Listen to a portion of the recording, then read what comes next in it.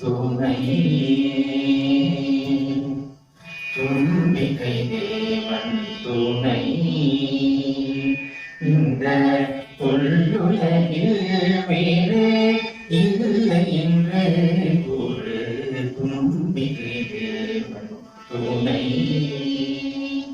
இந்த தொல்லுலகில் வேறு இல்லை என்று ஒரு தும்பிக்கை தேவன் துணை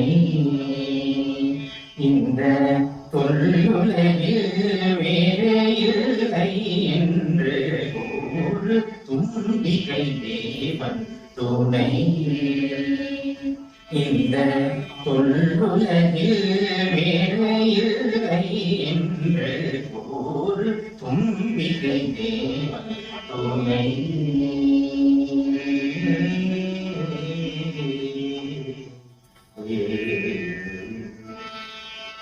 நம்பி திருவடி நாளும் துதி போற்று நம்பி திருவடி நாளும் துதி போற்று நம்பி திருவடி நாளும் துதி போற்று நம்பி திருவடி நாளும் துதி போற்று நலமுடன் அருள்தரும் நாதன் புலம்பெல மதிப்புகள் போதன் நலமுடன் அருள்தரும் நாதன் புலம்பெல மதிப்புகள் போதன் சரிகவர சரிகா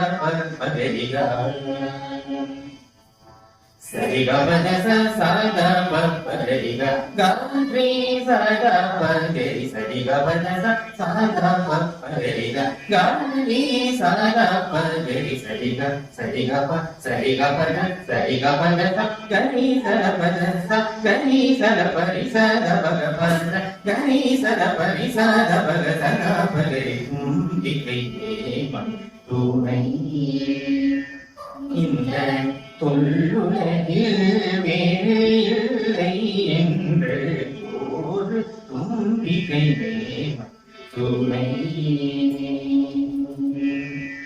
அவ்வைக்கு கையின் நாயத்தை காட்டினோம் அவ்வைக்கு கையின் நாயத்தை காட்டினோம் அன்பு தம்பி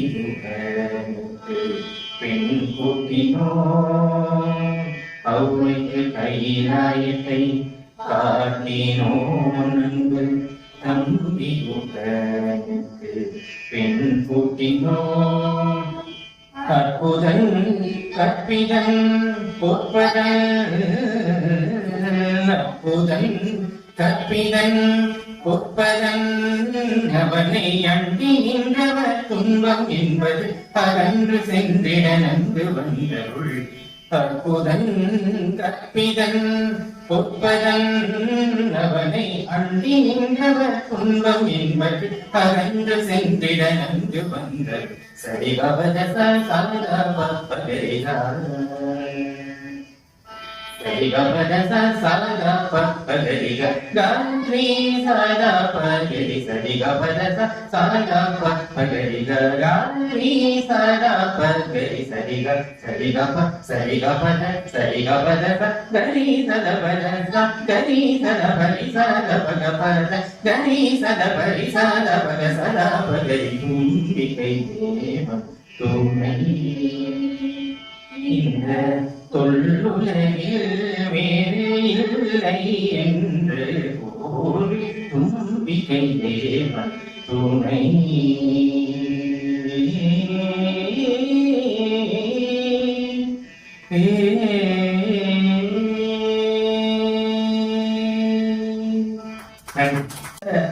நாடகத்துறையின் சார்பில் பெருமல்லர் திரு மா அருணாச்சலம் பழனியாயி அறக்கட்டளை மெலட்டூர் ஞானாம்பாள் சுவாமிநாதன் நாடக தமிழ் அறக்கட்டளை சொற்பொழிவு இனிதே தொடங்கி வருகின்றது.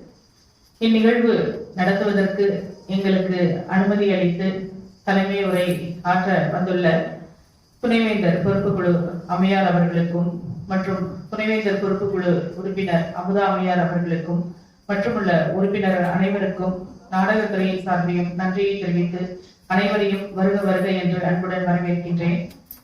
அடுத்ததாக எங்களுடைய அழைப்பை ஏற்று இந்நிகழ்விற்கு வாழ்த்துறை வழங்க வந்துள்ள எங்களுடைய பாசம் மிகுந்த பதிவாளர் ஐயா அவர்களையும் வருக வருக என்று அன்புடன் நாடகத்துறையின் சார்பில் வரவேற்கின்றேன்.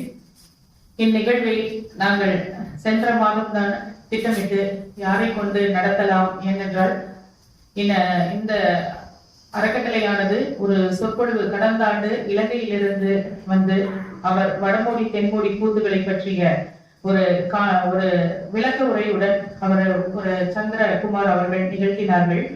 இந்த வருடம் எங்களுக்கு சென்ற வருடம் நாங்கள் வந்து ஒரு நாடகத்துறையின் சார்பில் நாடக கலைஞர்களை பற்றிய ஒரு பன்னாட்டு கருத்தரங்கத்தை நடத்தி அதை ஒரு நூல தமிழ் பல்கலைக்கழகம் தஞ்சாவூர் நாடகத்துறை பெருமள்ளர் திரு மா அருணாச்சலம் பழனி ஆகிய அறக்கட்டளை மற்றும் மெலட்டூர் ஞானாம்பாள் சுவாமிநாதன் நாடகத்தமிழ் அறக்கட்டளை சொற்பொழிவு இணைந்து நடத்தும் இந்த சொற்பொழிவுக்கு வருகை புரிந்து வரவேற்புரையாற்றி அமர்ந்துள்ள முனைவர் தலைவர் நாடகத்துறை முனைவர் சே கற்பகம் அவர்களே, மேலும் இங்கு வாழ்த்துறை வழங்க வந்துள்ள நம்முடைய பல்கலைக்கழக பதிவாளர் முனைவர் பன்னீர்செல்வம் ஐயா அவர்களே, இங்கே சிறப்புரையாற்ற வந்துள்ள கரந்தை கி ஜெயக்குமார் அவர்கள். கற்பகம் மேடம் சொன்னாங்க ஜெயக்குமார் ஐயா பத்தி. நான் பேர் கேள்விப்பட்டிருக்கேன், பட் இது வரைக்கும் உங்களை பத்தி எனக்கு ரொம்ப தெரியாது. இப்ப ஜஸ்ட் சொன்னாங்க நிறைய தமிழ் சார்ந்த சொற்பொழிவுகளை யூடியூப்ல நிறைய பதிவு பண்ணியிருக்காங்க மேடம் அப்படின்னாங்க. அப்பதான் எனக்கு பேர் கேள்விப்பட்டிருக்கேன், பட் எனக்கு இது வரைக்கும் தெரியாது. இப்போ வரவேற்புரையில கூட சொன்னாங்க ஒரு 1 hourல இங்க நடக்கக்கூடிய எல்லா விஷயங்களும் உலக அளவில் கொண்டு போகக்கூடிய ஒரு யூடியூப் சேனல் வச்சிருக்காங்க. அதுக்கான தனித்திறமை இருக்கு. ஐயா அவர்களையும் மற்றும் இங்கு நன்றியுரை ஆற்ற உள்ள வெங்கடேசன் கௌரவ உதவி பேராசிரியர் நாடகத்துறை அவர்களே, இங்கு வருகை புரிந்துள்ள நமது பல்கலைக்கழக மாணவர்களே, பேராசிரியர் பெருமக்களே மற்றும் இங்கு முத்தாய்ப்பாய் விளங்க வந்துள்ள நமது பாராளுமன்ற உறுப்பினர் முரசொலி ஐயாவின் தந்தையார் அவர்களே மற்றும் திருவையாறு கல்லூரியின் முன்னாள் முதல்வர் கற்பகத்தோட அப்பா செல்வ சண்முகம் ஐயா அவர்களே. கற்பகம் சொன்னாங்க எனக்கு குரு அப்படின்னு. கற்பகத்துக்கு மட்டும் குரு இல்லை, நிச்சயமா சொல்றேன், நான் நிறைய பேருக்கு அவங்க குரு. எனக்கு தெரிஞ்சு அதாவது அந்த தமிழ் சார்ந்த குரு இருக்கலாம், நிறைய பேருக்கு நிறைய ஸ்டூடெண்ட்ஸ்க்கு ஐயா வந்து குருவா இருக்கலாம். பட் எனக்கு தெரிஞ்சு தமிழ் சாராத நிறைய பேருக்கு ஐயா குருவா இருக்காங்க. ஒரே ஒரு எக்ஸாம்பிள், என்னோட ஃப்ரெண்ட்ஸ் எல்லாம் வந்து இலங்கைக்கு போயிருந்தாங்க. அப்போ தீபா வந்து ஒரு டைட்டில் எடுத்திருந்தாங்க. அப்போ அவங்களுக்கு எப்படி அதை இது பண்றதுன்னு எனக்கு கொஞ்சம் ஒரு மாதிரி இருக்கு அப்படின்னு உடனே ஐயா கிட்ட போய் கேட்டோம். அவ்வளோ சூப்பரா அதை வந்து எக்ஸ்பிளைன் பண்ணி அவளுக்கு அதுல இருந்த உள்ள ஒரு எல்லா டவுட்ஸையும் கிளியர் பண்ணி அவ்வளோ ஒரு ஹெல்ப் பண்ணாங்க. நிச்சயமா கற்பகம் வந்து தமிழ் சார்ந்த ஒரு மாணவி, அதனால அதை அவ அக்சஸ் பண்ணிக்கிறதெல்லாம் ரொம்ப ஈஸியான விஷயம். ஆனா ஒரு தமிழ் சாராத ஒருத்தர் வந்து ஒரு குருவா இருந்து அவங்களுக்கு அறிமுகப்படுத்துறது, ஒரு சொல்லி கொடுக்கறது வந்து உண்மையிலே ஒரு பெரிய விஷயம். ரொம்ப மகிழ்ச்சி ஐயா. நீங்க கற்பகத்துக்கு மட்டும் இல்ல, இன்னும் நிறைய பேருக்கும் குருவா இருக்கணும்னு நான் வேண்டிக்கிறேன். அதே மாதிரி இங்க வருகை புரிந்துள்ள நம்மளுடைய நூலகத்தினுடைய வாசக வட்ட தலைவர் அவர்களும் எனக்கு சிறிது நாட்களுக்கு முன் நன்றாக தெரியும். நிறைய இந்த மாதிரி சோசியல் ஆக்டிவிட்டிஸ்ல ரொம்ப விருப்பமுடையவர். நம்ம பல்கலைக்கழகத்துல இருந்து நிறைய பிளான்ஸ் வேணும், அவங்க நூலகத்துல வந்து ஒரு சின்ன ஒரு மூலிகை தோட்டம் அமைக்கணும், நீங்க கொஞ்சம் எங்களுக்கு கொடுக்கணும் அப்படின்னாங்க. பரவாயில்லையே, இவ்வளவு ஆர்வமா இருக்காங்களே நினைச்ச உண்மையிலே ரொம்ப சந்தோஷப்பட்டேன். அதே மாதிரி நாமளும் போயிருந்து அந்த ஃபங்க்ஷனை சிறப்பா பண்ணாங்க, ரொம்ப கிராண்டா பண்ணாங்க. இப்போ வந்த உடனே அதெல்லாம் சொன்னாங்க, நீங்க பிளான்ஸ் எல்லாம் கொடுத்தீங்கம்மா, மூலிகை தோட்டம் நன்றாக இருக்கிறது அப்படின்னு. உண்மையிலேயே ரொம்ப மகிழ்ச்சியா. அதுபோல் இங்கே வந்து வருகை புரிந்துள்ள தஞ்சை வாழ் பெருமக்களுக்கும் நாடகம் சார்ந்த பெருமக்களுக்கும் தமிழ் புரவலர்கள் அனைவருக்கும் தஞ்சை வாழ் மக்கள் அனைவருக்கும் என்னுடைய பணிவான காலை வணக்கத்தையும் தெரிவித்துக் கொள்கிறேன். தமிழ் இது வந்து உங்களுக்கு எல்லாம் தெரிஞ்ச விஷயம். நான் வந்து இவ்வளவு பெரிய அறிஞர்கள் இருக்கிற இடத்துல ஒரு சாதாரண ஆளு இருந்தாலும் ஒரு 2-3 விஷயம். இந்த நாடகத்துறை வந்து உண்மையிலே ஒரு அதாவது கவலையை தீர்ப்பது நாட்டிய கலைன்னு சொல்லுவோம். அதே மாதிரி மக்களுடைய உள்ளத்தை அதாவது சாதாரண இருக்கும்போதே ஒரு மகிழ்ச்சியை அளிக்கக்கூடியதான் இந்த நாடகம். நாட்டியம் நாடகம் ரெண்டுமே கற்பகம், அந்த இயல் இசை நாடகம் மூணுமே பாருங்களேன். இயல் சாதாரண சொல், இசை இசை தமிழ்னு எடுத்துக்கிட்டீங்கன்னா அந்த சொல்லோட இசையும் சேர்ந்தது. நாடகம்ங்கிறது இது மூணு, இந்த இயல் இசை பிளஸ் நடிப்பு, இந்த மூணையும் சேர்ந்துதான் நாடகம். இந்த நாடகம் பார்க்கும்போது பாத்தீங்கன்னா உண்மையிலே ரொம்ப மகிழ்ச்சி. நம்ம எல்லாத்தையுமே மறந்துட்டு அந்த நாடகத்தோட ஒன்றிடுறோம். இப்ப சினிமா அப்படி கிடையாது. சினிமா ஒரு டேக் இதான கூட திரும்ப எடுத்துக்கலாம். பட் நாடகத்துல அப்படியே கிடையாது. இமீடியட்டா அந்த எல்லாம் அவங்க அந்த ரிகர்சல் பார்த்ததோட சரி நம்ம முன்னாடி அப்படியே நடிச்சு காட்டுவாங்க. முன்னாடி எல்லாம் வாரம் வாரம் ஒரு ப்ரோக்ராம் இந்த கூத்துக்கலரியில கற்பகம் வந்ததுக்கு அப்புறம் ஸ்டார்ட் பண்ணாங்க. நாங்க அப்ப ரொம்ப எல்லாருமே சொல்லுவோம், ரொம்ப ஸ்ட்ரெஸ்ஸா இருக்கு மேடம், உங்க நாடகத்துக்கு வந்ததுக்கு அப்புறம் ஈவினிங் ஒரு 1 hour ரொம்ப ரிலாக்ஸா ஸ்பெண்ட் பண்ணிட்டு போறோம் அப்படின்ட்டு ரொம்ப அற்புதமா அந்த நாடகத்துறை பசங்க அவ்வளவு அற்புதமா நடிப்பாங்க. நான் அப்ப கூட சொன்னேன், இவ்வளவு டேலண்டா இருக்காங்களே இந்த பசங்க, ஏன் இதுக்குள்ளேயே இருக்காங்க, வெளியே இவங்களோட நாலேஜை எடுத்துட்டு போலாமே அப்படின்ட்டு ட்ரை பண்ணிட்டு தான் இருக்கோம் அப்படின்னாங்க. அந்த மாதிரி ரொம்ப ஒரு எஃபிஷியன்டான ஸ்காலர்ஸ் அந்த துறையில. அதே மாதிரி வெங்கடேசன் ஐயாவும் அப்படியேதான், கௌரவ உதவி பேராசிரியர், ரொம்ப இயல்பா நடிக்கக்கூடிய ஒரு ஆளு. நான் 2-3 கேரக்டர் அவரோட இங்க நடிச்சதுல பார்த்தேன். ரொம்ப இயல்பா பண்ணக்கூடியவர். இன்னும் 2-3 பேர் இருந்தாங்க, அவங்க பேர் மறந்து போச்சு. ரொம்ப அற்புதமா. அதே மாதிரி பொண்ணுங்களும் அப்படிதான், 2 பொண்ணுங்களும் ரொம்ப நேச்சரா நடிக்கக்கூடிய ஒரு திறமை வாய்ந்தது. திறமை வாய்ந்த துறை. இந்த துறையை இவங்க கற்பகம் வந்ததுக்கப்புறம் உண்மையே ரொம்ப ஒரு எல்லா ப்ரோக்ராமையும் கரெக்டா பண்ணக்கூடியவங்க, ரொம்ப சிறப்பா பண்ணிட்டு இருக்காங்க. இந்த நாடக துறை இந்த ஒவ்வொரு அதே மாதிரி சொன்னாங்க, சங்கரதாஸ் சுவாமிகளோட பாடல்களை நம்ம வீட்டுருவாக்கம் செஞ்சு கொண்டு வரணும். இந்த மாதிரி ஒவ்வொரு விஷயத்திலையும் ஒரு தனி கவனம் செலுத்தி அவங்க பண்றாங்க. உண்மையிலேயே ரொம்ப மகிழ்ச்சியான ஒரு விஷயம். அதே மாதிரி இந்த தடவை விஸ்வநாததாசினோட நாடக பணிகள் அப்படின்னு சொல்லிட்டு அதுக்கான ஒரு ஆளை தேர்ந்தெடுத்து, அதாவது எப்போ ஒரு நடந்த விஷயத்த மனசுல வச்சுக்கிட்டு அவர் கரெக்டா இருப்பாரு அப்படின்னு சொல்லிட்டு கேட்ச் பண்ணி கொண்டு இன்னைக்கு இங்க அவரை பேச வச்சிருக்காங்க. உண்மையிலே ரொம்ப பாராட்டக்கூடியது. மிக ஒரு சிறப்பான ஒரு தருணம் இது. நீங்கள் அனைவரும் இருந்து அவருடைய இந்த பொறுமை குறித்த விரிவுரையை கேட்டு மகிழ வேண்டுமாய் அன்புடன் கேட்டுக்கொள்கிறேன். வாய்ப்புக்கு நன்றி. கலைகள் மக்களுக்காகவே என்று உருவான அந்த இசை கலை வணங்கி அருமையான நிகழ்ச்சியுடைய வரவேற்பு விழாவில் அமர்ந்திருக்கிற மரியாதைக்குரிய நல்லாட்சித்துறையுடைய தலைவர் அவர்களே, சிற்பகமடம் அவர்களே, அருமையான தலைமுறையாற்றி சென்றிருக்கிற துணைவேந்தர் குழுப்புகளுடைய உறுப்பினர் அம்மா பாரதி மேடம் அவர்களே, நல்ல சிறப்புரை வழங்க இருக்கிற கலைஞர் ஐயா பி ஜெயக்குமார் அவர்களே, இங்கே சிறப்பாக வருகின்றிருக்கிற திருமதி மரியாதைக்குரிய நம்முடைய பாராளுமன்ற உறுப்பினர் அன்பு சகோதரிய தந்தையார் ஐயா அன்புசுந்தரம் அவர்களே, ஐயா கோபாலகிருஷ்ணன் அவர்களே, ஐயா பழ மாதவன் அவர்களே, பேராசிரியர் ராமலிங்கம் ஐயா அவர்களே, திருநாகேஸ்வர ஐயா அவர்களே, ஜோதிடர் ஐயா அவர்களே, கலைஞர் ஐயா ராஜமாணிக்கம் அவர்களே, நாடகத்துறை சார்ந்த நாடகத்துறை தலைவர் அம்மா மாதவியம்மா அவர்களே, லதா மேடம் அவர்களே, இங்கே வருகைக்கு அனைத்து கிரிய அன்பு சகோதர ஆசிரியர் பெருமக்களே, அன்புக்குரிய மாணவ மாணவிகளே, நாடகத்துறை நிகழ்ச்சி எல்லாம் எங்களுடைய துறை மாதிரி தான் எங்களுக்கு அர்த்தம். மக்களுக்காக இந்த கதை எதிரே பிறந்ததோ தாலாட்டில் ஆரம்பித்து ஒப்பாரி வரை நம் காதில் கேட்டுக்கொண்டேதான் இருந்து கொண்டிருக்கிறோம். தாலாட்டு நம் குழந்தையாக பிறந்தது தாலாட்டில் நம்மளுக்கு தாய் மொழியில் தாலாட்டை கற்றுக்கொண்டு செயல்முறை நடவடிக்கைகளில் பல்வேறு இசைக்கலைகளை இயற்றமிழ் இசைத்தமிழ் நாடகத்தமிழ் என்கிற முச்சமொழியில் நாம் பெற்றுக்கொண்டிருக்கிறோம். காரணம், ஒரு மனித சந்தோஷத்திற்கு பாடல் எவ்வளவு மகிழ்ச்சியாக இருந்தாலும் அமைதியாக உட்கார்ந்து பாடல்களை கேட்டுக் கொண்டிருப்போம். சோகமாக இருந்தால் அந்த பாடலில் இருக்கிற கருத்து மற்றும் கருத்துக்களை மட்டும்தான் கேட்போம். சந்தோஷமாக இருந்தால் அந்த பாடல் அழகு தமிழையும் அந்த இசையும் கலந்த அந்த கவிதையை நாம் கேட்டுக்கொண்டிருக்கிறோம். சோகமாக இருந்தால் அதில் உருவாக்கப்பட்டிருக்கிற கவிதையை மட்டும்தான் நாம் கேட்டுக்கொண்டிருக்கிறோம். காரணம், நம்மளுக்காக கூடவே பிறந்ததுதான் இந்த கலை. மனித வாழ்வுக்கு எப்படி மருத்துவமோ அதே போலதான் இந்த கலை. மனிதன் வாழ்க்கைக்கு எப்படி உணவோ அதுதான் இந்த கலை. இந்த கலைக்குன்னு ஒரு வரலாறு உண்டு. நாங்கள் எல்லாம் கலைக்காக பிறந்து பயணங்கள் செய்தவர்கள்.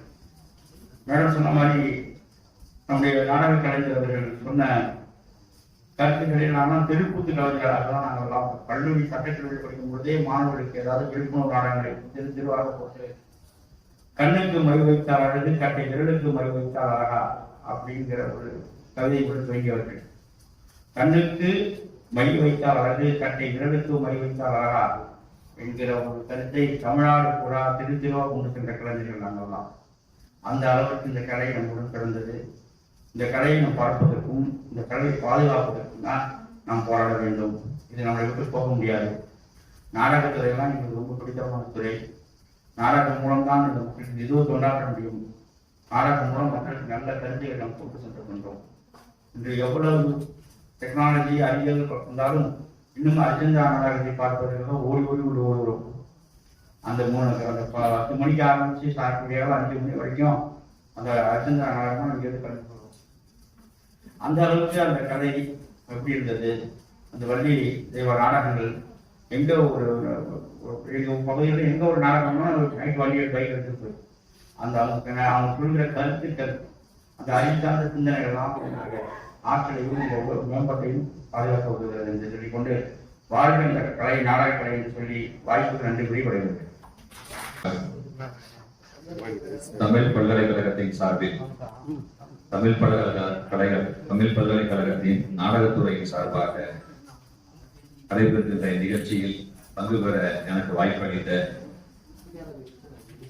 துணைவேந்தர் பொறுப்பு அம்மையார் அவர்களுக்கும் பதிவாளர் ஐயா அவர்களுக்கும் இங்கு வரவேற்புரை ஆற்றி அமர்ந்திருக்கும் அன்பு சகோதரி முனைவர் சே கற்பகம் அம்மையார் அவர்களுக்கும் நன்றியை ஆற்ற இருக்கும் முனைவர் ஏ வெங்கடேசன் ஐயா அவர்களுக்கும் இங்கே குழுமி இருக்கின்ற துறை தலைவர்களுக்கும்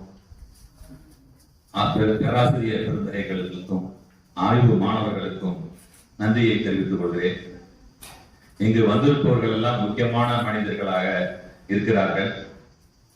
தென்னங்குடி சுந்தராச நாட்டார் அறக்கட்டளையின் அரங்காவலர், இலக்கிய விமர்சகர் சொல்லலாம் ஐயாவை. அதே மாதிரி இசையின் நுட்பம் அறிந்தவர் ஐயா அவர்கள் தென்னங்குடி சண்முக சுந்தரம் ஐயா அவர்கள் வந்திருக்கிறார்கள். அவர்களுக்கு முதற்கண் எனது வணக்கத்தை தெரிவித்து மகிழ்கின்றேன். அடுத்ததாக பேராசிரியர் கோ விஜயராமலிங்கம் ஐயா அவர்கள் வந்திருக்கிறார்கள். இவர் மக்கள் சிந்தனை பேரவையின் மாநில துணைத் தலைவர், தஞ்சை மாவட்ட ஒருங்கிணைப்பாளர். நம்ம எல்லாம் காந்தியை பற்றி படிச்சிருப்போம். நம்ம தென்னாப்பிரிக்காவில் காந்தி ட்ரெயின்ல போகும்போது அவரை பற்றி தள்ளி விட்டுட்டாங்க, முதல் வகுப்புல தள்ளி விட்டாங்க, நம்ம படிச்சிருப்போம். அவ்வளவுதான். இந்த நிகழ்ச்சி நடந்ததுங்க 1893 ஜூன் 7ஆம் நாள் தென்னாப்பிரிக்காவில் இருக்க பீட்டர் மாரிட்ஸ்பர்க்ங்கிற இடத்துல ரயில் நிலையத்துல காந்திய முதல் பட்டியலில் தள்ளி விடுறாங்க. அதை நம்ம படிச்சுதான் இருப்போம். ஆனா அந்த காந்திய தள்ளி விட்ட அந்த ரயில் நிலையத்துல காந்தி தள்ளிவிடப்பட்ட 130 ஆண்டுகளை கடந்து அதே நாள்ல ஜூன் மாசம் 7ஆம் தேதி காந்தியை எந்த நேரத்துல இருவுல தள்ளி விட்டாங்கன்னா அதே நேரத்துல நம்ம விஜயராமலிங்கம் ஐயா வந்து இந்த மாரிட்ஸ்பர்க் ரயில் நிலையத்தில் இருந்தவர். அவங்க இதற்காகவே தென்னாப்பிரிக்கா வரை பயணம் செய்து காந்தி பயணித்து அந்த வழி தடங்களில் எல்லாம் பயணித்து காந்தியின் பேரத்தி அங்க இருக்காங்க, காலா காந்தின்னு அவர்களால் பாராட்ட பெற்றவர் ஐயா அவர்கள் இந்த நிகழ்ச்சிக்கு வந்திருக்காங்க. ஐயா அவர்களுக்கு எனது வணக்கத்தை தெரிவித்துக் கொள்கிறேன். அதே போல சண்முக செல்வகணேசன் ஐயா வந்திருக்காங்க.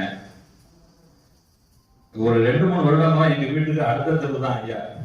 அதனால சங்கத்துல வேலை பார்க்கும்போது ஐயாவோட பழக்கம் உண்டு. ஆனா இப்ப ரொம்ப நெருக்கமா மாறி வீட்டுல ஒரு பிள்ளையாவே நான் மாறி போயிட்டேன் அப்படிலாம் சொல்லணும். ஐயா அவர்கள் வந்து தன் ஓய்விற்கு பிறகு தனது முழு நேரத்தையும் இசைத்தமிழ் ஆய்வுக்காக பயன்படுத்திட்டு வர்றாங்க.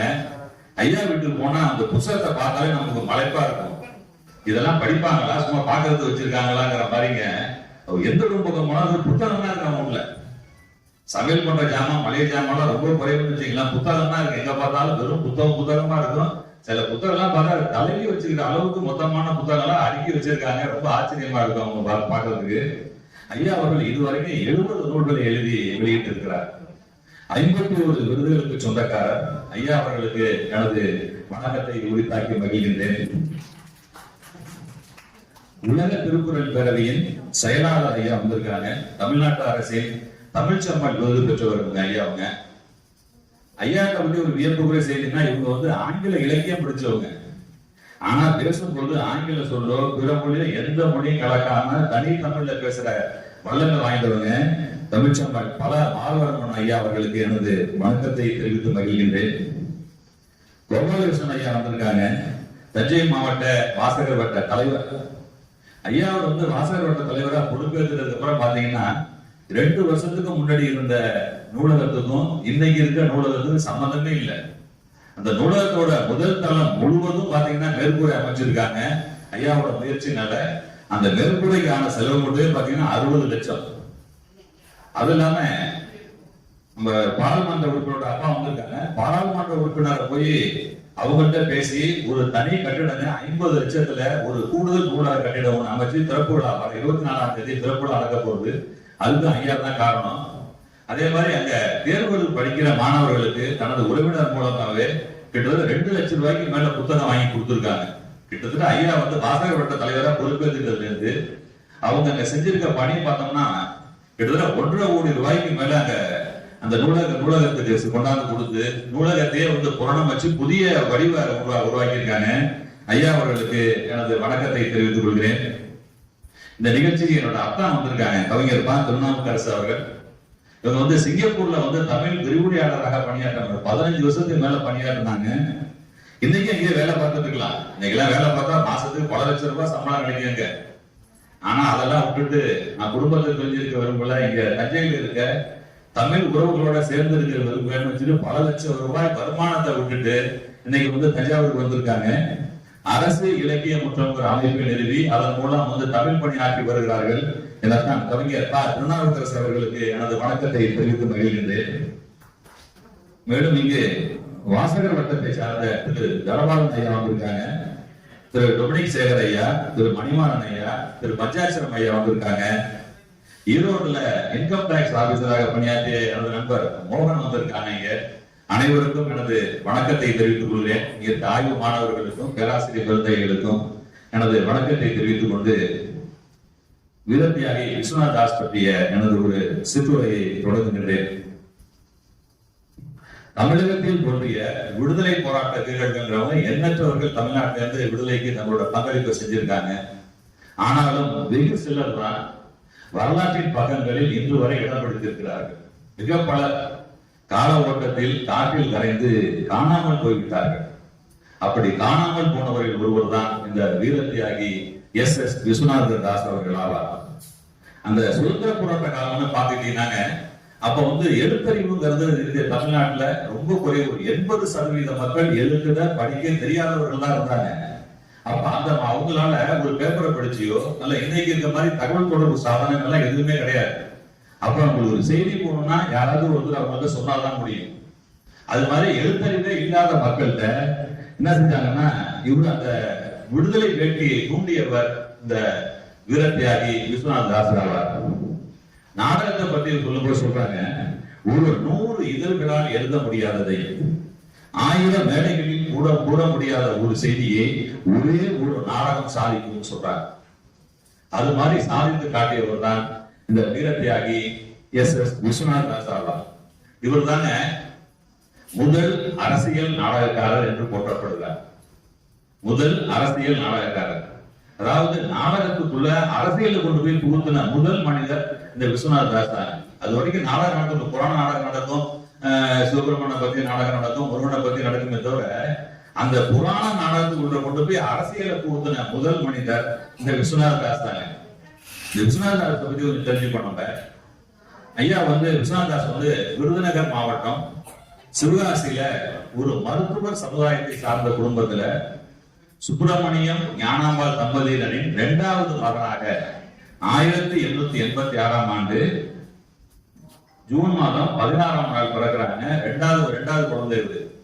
இவங்க அப்பா சுப்பிரமணியனுக்கு மருத்துவம் தெரியுங்க, இசை தெரியும், நெசவு தெரியும். 3லையுமே அவர் வித்தகனால திறமை வாய்ந்தவர். இவங்க அம்மா ஞானாம்பாள் மதுரை மாவட்டம் திருமங்கலத்தை சார்ந்தவர். இவங்களுக்கு பாத்தீங்கன்னா விஸ்வநாத தாஸோட சேர்த்து மொத்தம் 6 குழந்தைங்க. முதல் விஸ்வநாத தாஸருக்கு அண்ணன் ஒருத்தர் இருக்காருங்க, அண்ணன் கருப்பசாமின்னு ஒருத்தர். இவரோட தம்பி ஒருத்தர் சண்முக தாசன் ஒருத்தர் இருக்காங்க. இந்த சண்முக தாசங்கிறவர் தான் விஸ்வநாத தாஸோட சேர்ந்து தொடர்ந்து பயணித்தவர். இவர் ஹார்மோனியம் வாசிக்கக்கூடியவர். அண்ணன் நடத்துற நாடகத்திலாம் கடைசி வரைக்கும் அவர் கூடவே, ராமனுக்கு லட்சுமணன் போல கூடவே இருந்தவர் இந்த தம்பி சண்முகதாஸ்ங்கிறவர் தான். அது இல்லாம இவருக்கு 3 சகோதரிகள், குருவம்மாள், செந்தியம்மாள், பேச்சியம்மாள்னு 3 சகோதரிகள் இவங்களுக்கு. இவர் சின்ன வயசா இருக்கும்போது என்ன செய்யறாங்க, ஒரு 2-3 வயசுல இவங்க அப்பா என்ன செய்யறாரு, இவரை கொண்டு போய் திருமங்கலத்துல தன்னோட தாத்தா வீட்டுல விடுறாரு. 2-3 ஆண்டுகள் தாத்தா வீட்டுல தான் இருக்காப்ல. இந்த தாத்தா பாட்டிக்கும் தாத்தா பேரனுக்கும் உள்ள உறவுங்கிறத பார்த்தோம்னாங்க ஒரு உன்னதமான உறவு. அவங்க 2 பேருக்குள்ள பாத்தீங்கன்னா பாசங்கிற ஒண்ணை தவிர வேற எதுவுமே இருக்காது. ஒரு அப்பானாவது குழந்தைய படிக்க வைக்கணும்னு, வளர்த்து ஆளாக்கணும், அவனை இப்படி செய்யணும் இப்படி செய்யணும், அதுக்கான முயற்சிகள்ல பையனை அப்படி இப்படின்னு சொல்லிட்டே இருப்பாங்க. ஆனா தாத்தா பேரன்னாங்க ஒன்னே ஒண்ணுதான் அவங்க 2 பேருக்கு இடையில பாசம் மட்டும்தான். தான் பேரன் சிரிக்கிறதா போதும், அதுதான் அவங்களுக்கு சந்தோஷம். அது மாதிரி இடத்துல கொண்டு போய் இவரை விஸ்வநாத தாஸை கொண்டு விடுறாங்க. திருமங்கலத்துல இருக்காரு. அந்த திருமங்கல வாழ்க்கை தாங்க விஸ்வநாத தாஸை அவரோட பிற்கால வாழ்க்கைக்கு அடித்தளம் விட்டதுன்னா, அவர் வாழ்ந்த 2-3 ஆண்டு காலம் திருமங்கலத்துல வாழ்ந்த வாழ்க்கை தான் அவரோட எதிர்கால வாழ்க்கைக்கு அடித்தளம் விடுது. இவங்க தாத்தா வீட்டு தெரு முனையில ஒரு கோயில் இருக்குங்க, ஒரு பெருமாள் கோயில். அந்த கோயில்ல ஒருத்தர் தாசர் அடிகள்னு ஒருத்தர். அவர் என்ன செய்வாருன்னா, ஒவ்வொரு சனிக்கிழமை காலையிலையும் கோவிந்த திருப்பெயர் சரவடின்னு சொன்னாங்க ஒரு பாடல்கள், ஒரு மணி நேரம் பாட மாதிரி. அந்த பாடல்களை ஒவ்வொரு சனிக்கிழமை காலையிலையும் அந்த கோயிலுக்கு வெளியில நின்று அவர் பாடுவார். பாடலாம் சும்மா பாடுறது இல்லைங்க, காலில் சலங்கை கட்டிக்கிட்டு கையில சப்பலா கட்டின்னு சொல்லுவாங்க. ஒரு மரம் கட்டை வச்சுட்டு அதுல கிளிக்கெல்லாம் போட்டு அடிச்சா சத்தம் வரும். அது மாதிரி சப்பலா கட்டி அடிச்சுக்கிட்டு குதிச்சு நாட்டியம் பாடுவார். அவர் ஆடிக்கிட்டே அந்த பாடுவாருங்க. கிட்டத்தட்ட 1 மணி நேரம் பாடும். அவரும் தனியா பாட மாட்டாரு. அவரு ஒரு குழு வச்சிருக்காரு, ஒரு 10 பேரை சேர்த்துக்கிட்டு ஒவ்வொரு சனிக்கிழமை காலையிலையும் அந்த கோயிலுக்கு எதிர்த்தாப்புல அந்த பாடல்களை பாடிக்கிட்டே இருக்கிறாரு. நான் தாத்தா வீட்டுக்கு போன அந்த விஸ்வநாத தாஸ் செய்யறாப்புல ஒவ்வொரு சனிக்கிழமையும் நேரம் காலையில எழுந்து கோயிலுக்கு கூடுவாங்க. ஊரே கிட்ட அந்த கோயிலுக்கு எதிர்த்தாப்புல தான் குழுங்கி இருக்குங்க. விஸ்வநாத தாஸ் போறாப்புல அப்ப ஒரு 3-4 வயசா இருக்கும் அந்த பையனுக்கு. போய் என்ன செய்யறாப்புல அவங்க பாடுறத ரொம்ப கூர்ந்து கவனிக்கிறாப்புல. ஒவ்வொரு பாடல்களையும் மனசுல வாங்கிக்கிறாப்புல. ஒரு சனிக்கிழமை போனாப்புலன்னா அடுத்த சனிக்கிழமை வரைக்கும் என்ன பாடினாங்களோ அதை வாயில சொல்லிக்கிட்டே எங்க போனாலும் இந்த பாட்டை சொல்லிக்கிட்டே போறதுங்கிற மாதிரி ஒரு 3-4 வாரங்கள்ல அவங்க பாடின பாடல்கள் அத்தனை பாடல்களையும் இந்த சின்ன பையன், நான் 3-4 வயசுல அத்தனை பாடலையும் மனப்பாடம் பண்ணிடுறாப்புல. மனப்பாடம் எழுதி வச்சுலாம் படிக்கல. அந்த வயசுல அந்த பையனுக்கு ஆனாவே தெரியாது. பள்ளிக்கூடத்தே போகாத வயசுல எல்லாத்தையும் காதால கேட்டு அவ்வளவு பாடல்களையும் மனப்பாடம் பண்ணிடுறாப்புல. அதுக்கு அடுத்த வாரத்துல என்ன செய்யறாருங்க, சனிக்கிழமை காலைல கோயிலுக்கு போவாரு. இந்த தாசர் அடிகள்ங்கிறவரு அவர் நாட்டியம் பாடிக்கிட்டே அந்த பாடும்போது இவர் என்ன செய்யறாரு, தனியா அந்த பையன் இவர் தனியா நின்றுட்டு ஒரு தனியா ஆவர்த்தன மாதிரி என்ன செய்யறா, இந்த பையனும் டான்ஸ் ஆடுவோம். அதே மாதிரி அவங்க எப்படி நடனம் ஆடுறாங்களோ அதே மாதிரி இந்த பையனும் ஆடிக்கிட்டு அதே பாட்டை இவங்க பாடுறத ஒரு வாரத்தை பெறலாம அந்த பையனும் பாடுவாப்புல. இதை பாக்குற அந்த ஊர் மக்கள் எல்லாம் ரொம்ப ஆச்சரியப்பட்டு போறாங்க. ஒரு குடி பாய் என்ன பாட போறான் பாரு, அவன் என்ன செய்யறாங்க, ரொம்ப சந்தோஷப்பட்டு என்ன செய்யறாங்க. இந்த பையில தாசனே ஒரு பேர் சொல்லி இந்த பையனை கூப்பிட ஆரம்பிக்கிறான். அந்த அளவுக்கு சிறப்பா பாடல்களை பாடி ஆடிட்டு இருக்காப்புல. இது ஒரு 2-3 வருடம் கடந்த நிலையில அவங்க அப்பா வந்துடுறாரு ஊர்ல இருந்து. எப்ப தாத்தா ஊர்ல இருந்து பொதுப்பா வாங்க சிவகாசிக்கு போகணும்னு அழைச்சிட்டு போயிறாரு. அழைச்சிட்டு போய் என்ன செய்யறாரு, வயசாயிடுச்சு, உனக்கு 5-6 வயசுக்கு ஆயிடுச்சு, நீ படிக்கணும்னு சென்னை பள்ளிக்கூடத்துல கொண்டு போய் விடுறாரு. அந்த காலத்துல நம்ம இப்ப இருக்க மாதிரியான பொது பள்ளிக்கூடங்கள் இல்லாத காலம். அதனால ஒரு சின்ன பள்ளிக்கூடத்தை கொண்டு சேர்த்து விடுறாருங்க. ஒரு 5 நிமிஷம் கூட அந்த திண்ணையில உட்கார மாட்டேங்கிறான் பையன். அப்பா உட்கார வச்சுட்டு போனா அடுத்த நிமிஷம் தான் தூக்க குச்சி கூட்டிட்டு விடுவாங்க. எங்கேயாவது காதுல ஒரு மோள சத்தமோ ஒரு தப்பு சத்தமோ கரை சத்தமோ கேட்டுச்சுன்னா போதும், எங்க சத்தம் எங்க ஓடிட்டு விடுவாப்ல. வகுப்புல உட்காரதே இல்லை. தினமும் வாத்தியார் சொல்லுவாரு, உங்க பையனை விட்டு போனீங்க அடுத்த நிமிஷம் ஓடிட்டு போயிட்டான்னு.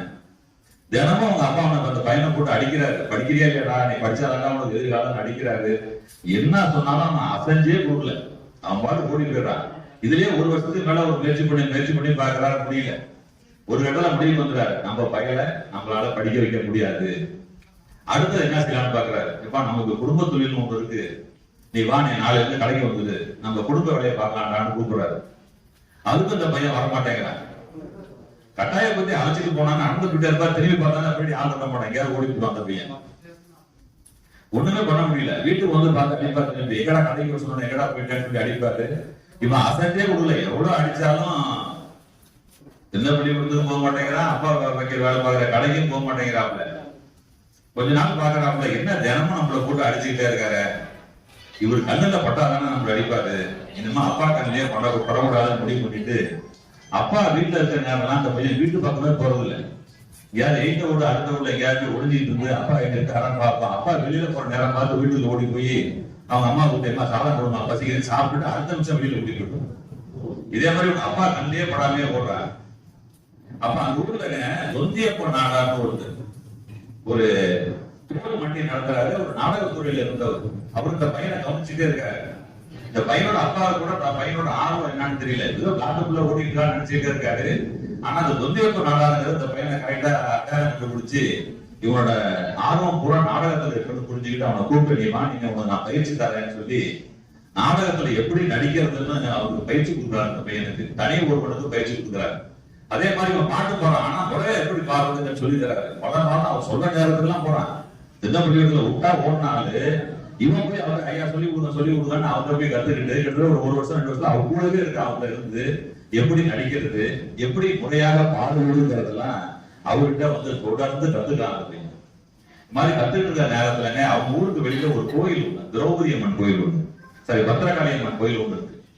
அந்த கோயில்ல அந்த வருஷம் தேர் திருவிழா நடக்குது. அதுக்கான ஏற்பாடுகள்லாம் நடந்துகிட்டு இருக்கு. நண்பர்களோட என்ன செய்யறாங்க, போய் தேர போய் பார்த்து வரோம்டான்னு ஒரு 5-6 பேர் சேர்ந்து நண்பர்களோட போறாங்க. அப்போ ஒரு பையன் செய்யறான், சும்மா இருக்கும்போது விஸ்வநாதாசன் நல்லா பாடுறீங்கள ஒரு பாட்டு பாடுறாங்க. விஸ்வநாதாசனை பொறுத்த வரைக்கும் என்னன்னா, அந்த பையனுக்கு கூச்சங்கிறதே கிடையாது. எப்ப பாட சொன்னாலும் போடுறாப்புல, எங்க ஆட சொன்னாலும் ஆடுவாப்புல, எதுவுமே கிடையாது. கூச்சமே பட மாட்டாப்புல. பாடுன்னு சொன்னோடனே பாடுறது தயாராகிறாப்புல. நான் எங்க பாடலான்னு போகிறேன். சின்ன பையன் எல்லாம் பாத்தீங்கன்னா ஆளுங்க கூட்டம் மாதிரி தேர வேடிக்கை பார்க்க வந்தவங்க திருப்பக்கம் போனவங்க நிறைய பேர் போயிட்டு இருக்காங்க. எங்க நின்று பாடுனா நம்மள எல்லாரும் பார்க்க முடியும்னு பாக்குறாப்புல. ஒரு உயரமான ஏதாவது இடம் இருக்குமான்னு பாக்குறாப்புல, எதுவுமே இல்லை. தேர் போட்டு தான் பாக்குறா, உயரமா இருக்கு. தாவி தேர் மேல ஏறிடுறாப்புல. தேர் மேல உச்சியில நின்று பாட்டு பாட ஆரம்பிக்கிறாங்க. தெரிஞ்ச பாட்டெல்லாம் சத்தம் போட்டு பாடுறாப்புல.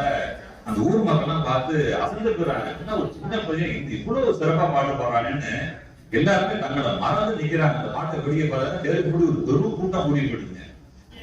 பாடிட்டே இருக்கான் அந்த பையன். அந்த நேரம் பார்த்து அவங்க அப்பா அந்த தற்செயலாம் வந்துடுறாரு. ரொம்ப காலாச்சு ஒரு பையனை பார்த்து பார்த்தா தேர் மேல வந்து பாடிட்டு இருக்கான். ஒரு கோவம் பாதி போயிடு கத்திக்கிட்டு தான் செய்யறாங்க. போட்ட கூட்டத்தை விலகிட்டு முடியாத மேல பாடின பையன் என்ன செய்யறான், கீழே அவங்க அப்பா வரத்தை பார்த்துறாங்க. ஆகா மாட்டணும், நீங்க நம்மள குழந்தை கட்டிடுவாருன்னு தெரியுது. அங்கேயும் இங்கேயும் தாடி குதிச்சு பாதி தெரிந்து கீழே குதிச்சு போட பாக்குறாங்க. ஆனா அவன் சின்ன பையன், அவங்க அப்பா பெரியாளுங்களா வேகமா ஓடி வந்து குடிச்சிடாரு.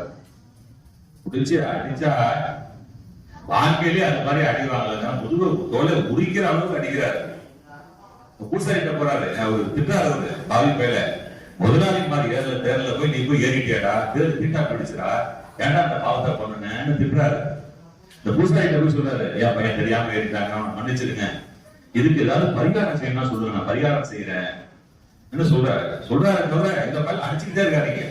ஒரு வாங்கிட்டு வந்து பேசிட்டு கையை இந்த பையனை அடிச்சுக்கிட்டே இருக்கு. வலி தாங்க முடியல, உடுப்பாங்கன்னா உடுற மாதிரி தெரியல. அவரு வலி தாங்க முடியாம ஒரு கட்டம் வந்தோன்னா அவனுக்கு வலி தாங்க முடியல, கோவம் வந்துருது.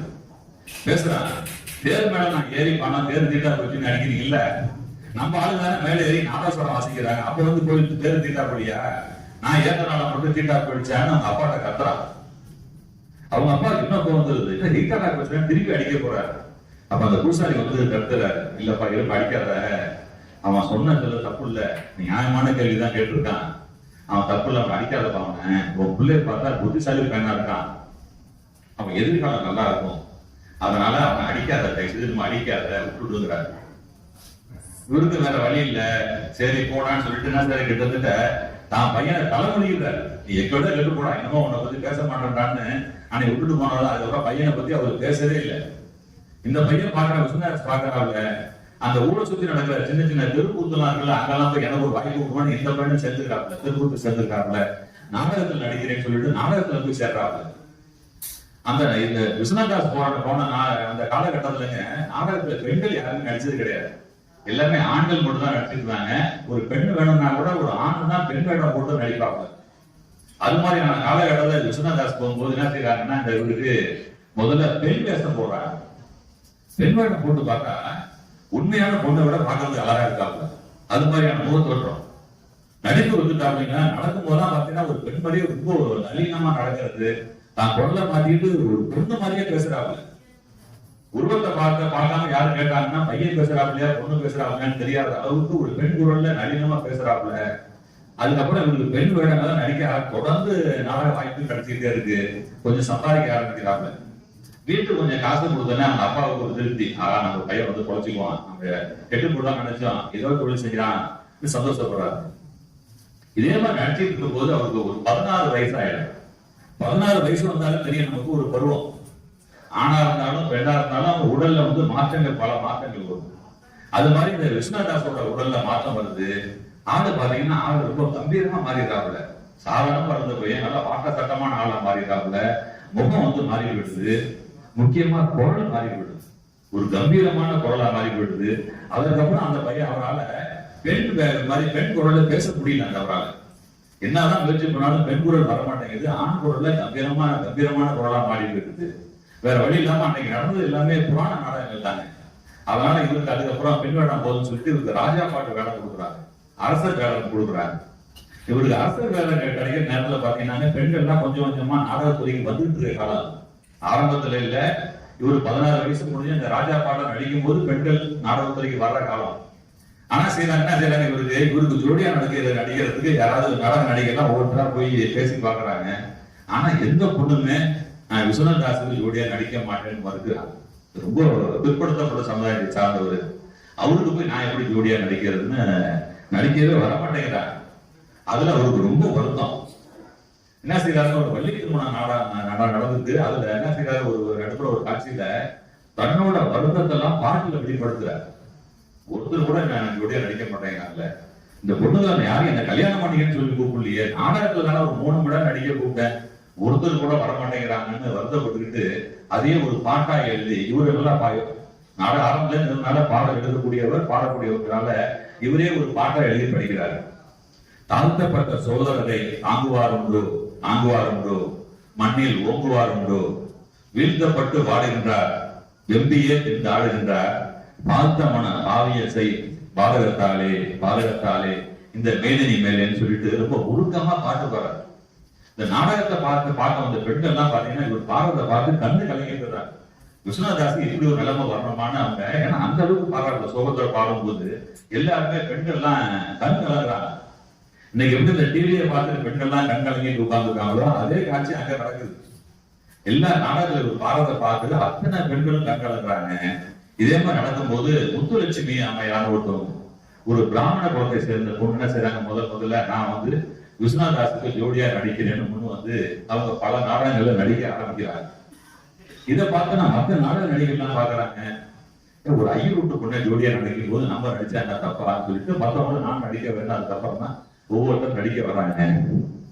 இந்த காலகட்டத்தில் அவங்க அப்பா பாக்குறாரு, பையனுக்கு வயசாயிடுச்சு, இவன் ஒவ்வொரு நாடகத்திலையும் ஒவ்வொரு பொண்ணோட ஜோடியா நடிக்கிறான், இப்படியே உட்கார் கெட்டு போடுவான் அந்த பையன், இவனுக்கு முதல்ல ஒரு கால் கட்ட போடணும்னு சொல்லிட்டு அவன் சொந்தத்திலேயே ஒரு பொண்ணை பார்த்து கல்யாணம் பண்ணி வச்சிருக்காங்க. அப்படி இவருக்கு மனைவியாக வந்தவர் சண்முக தாய்ங்கிறவங்க இவருக்கு மனைவியா திருமணம் செஞ்சு வைக்கிறாங்க.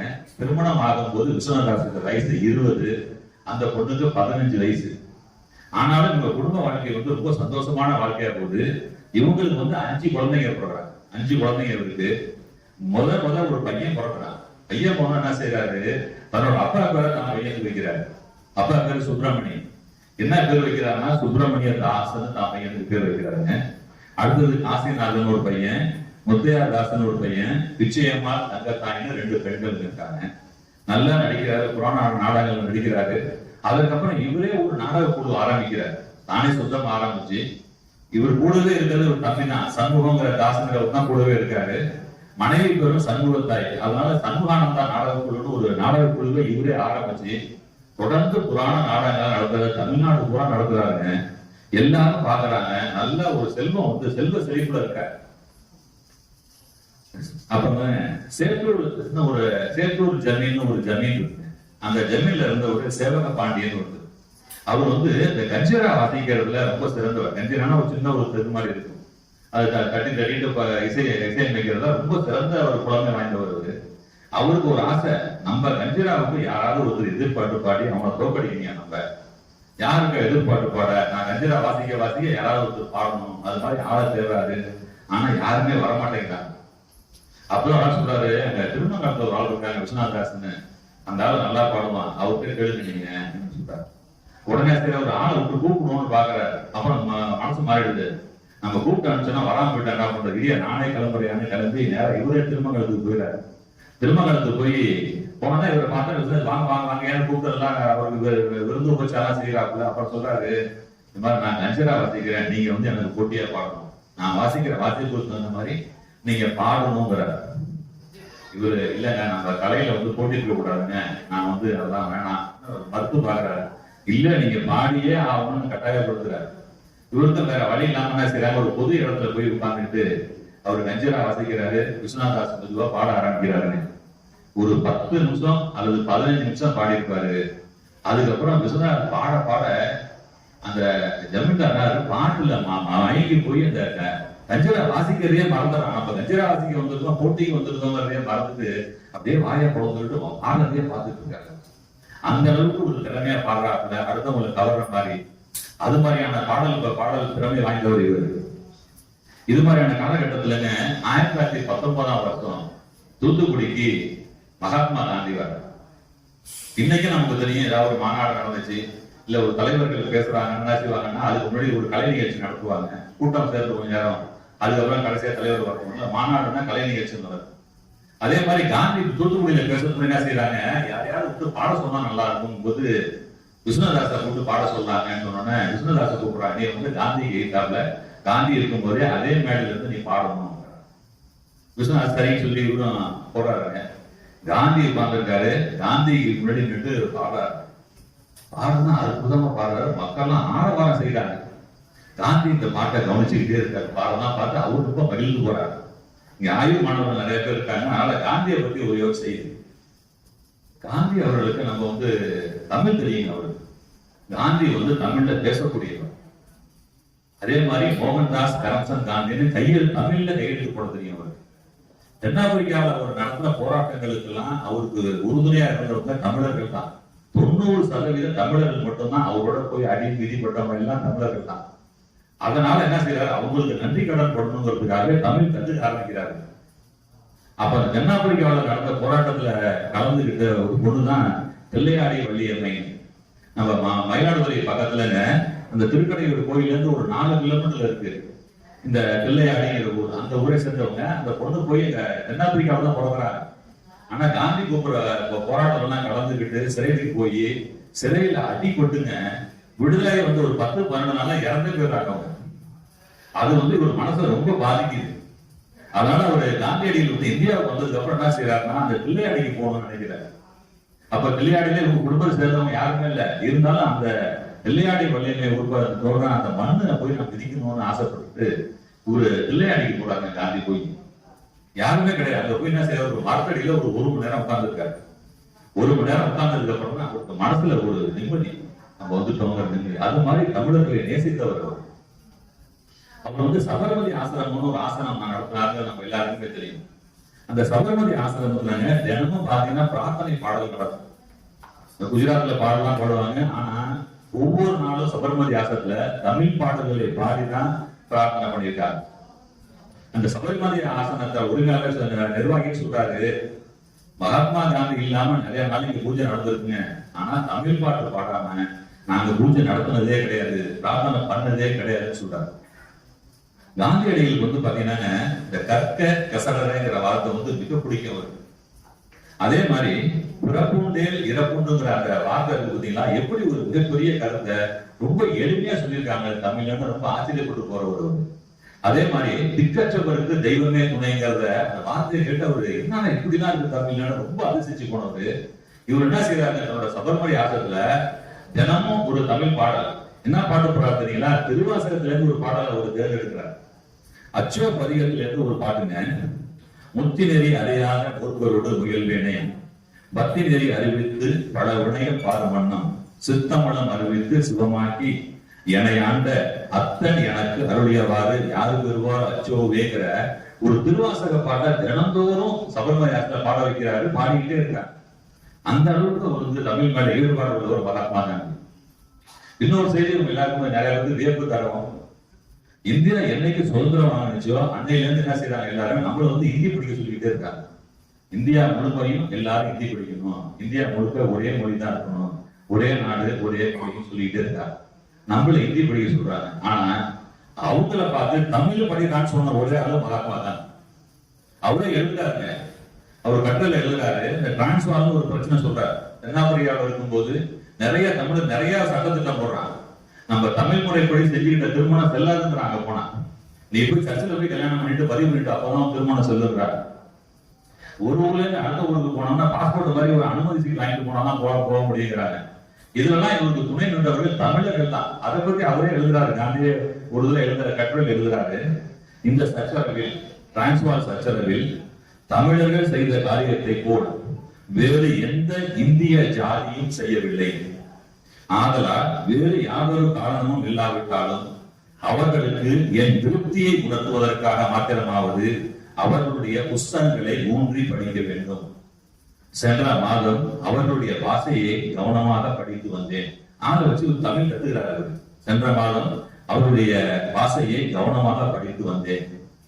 அதை படிக்க படிக்க அந்த பாஷையில் உள்ள அழகு அதிகமாக தெரிகிறது. அது நேர்த்தியானதும் அமிர்தம் போன்றதுமான பாஷை.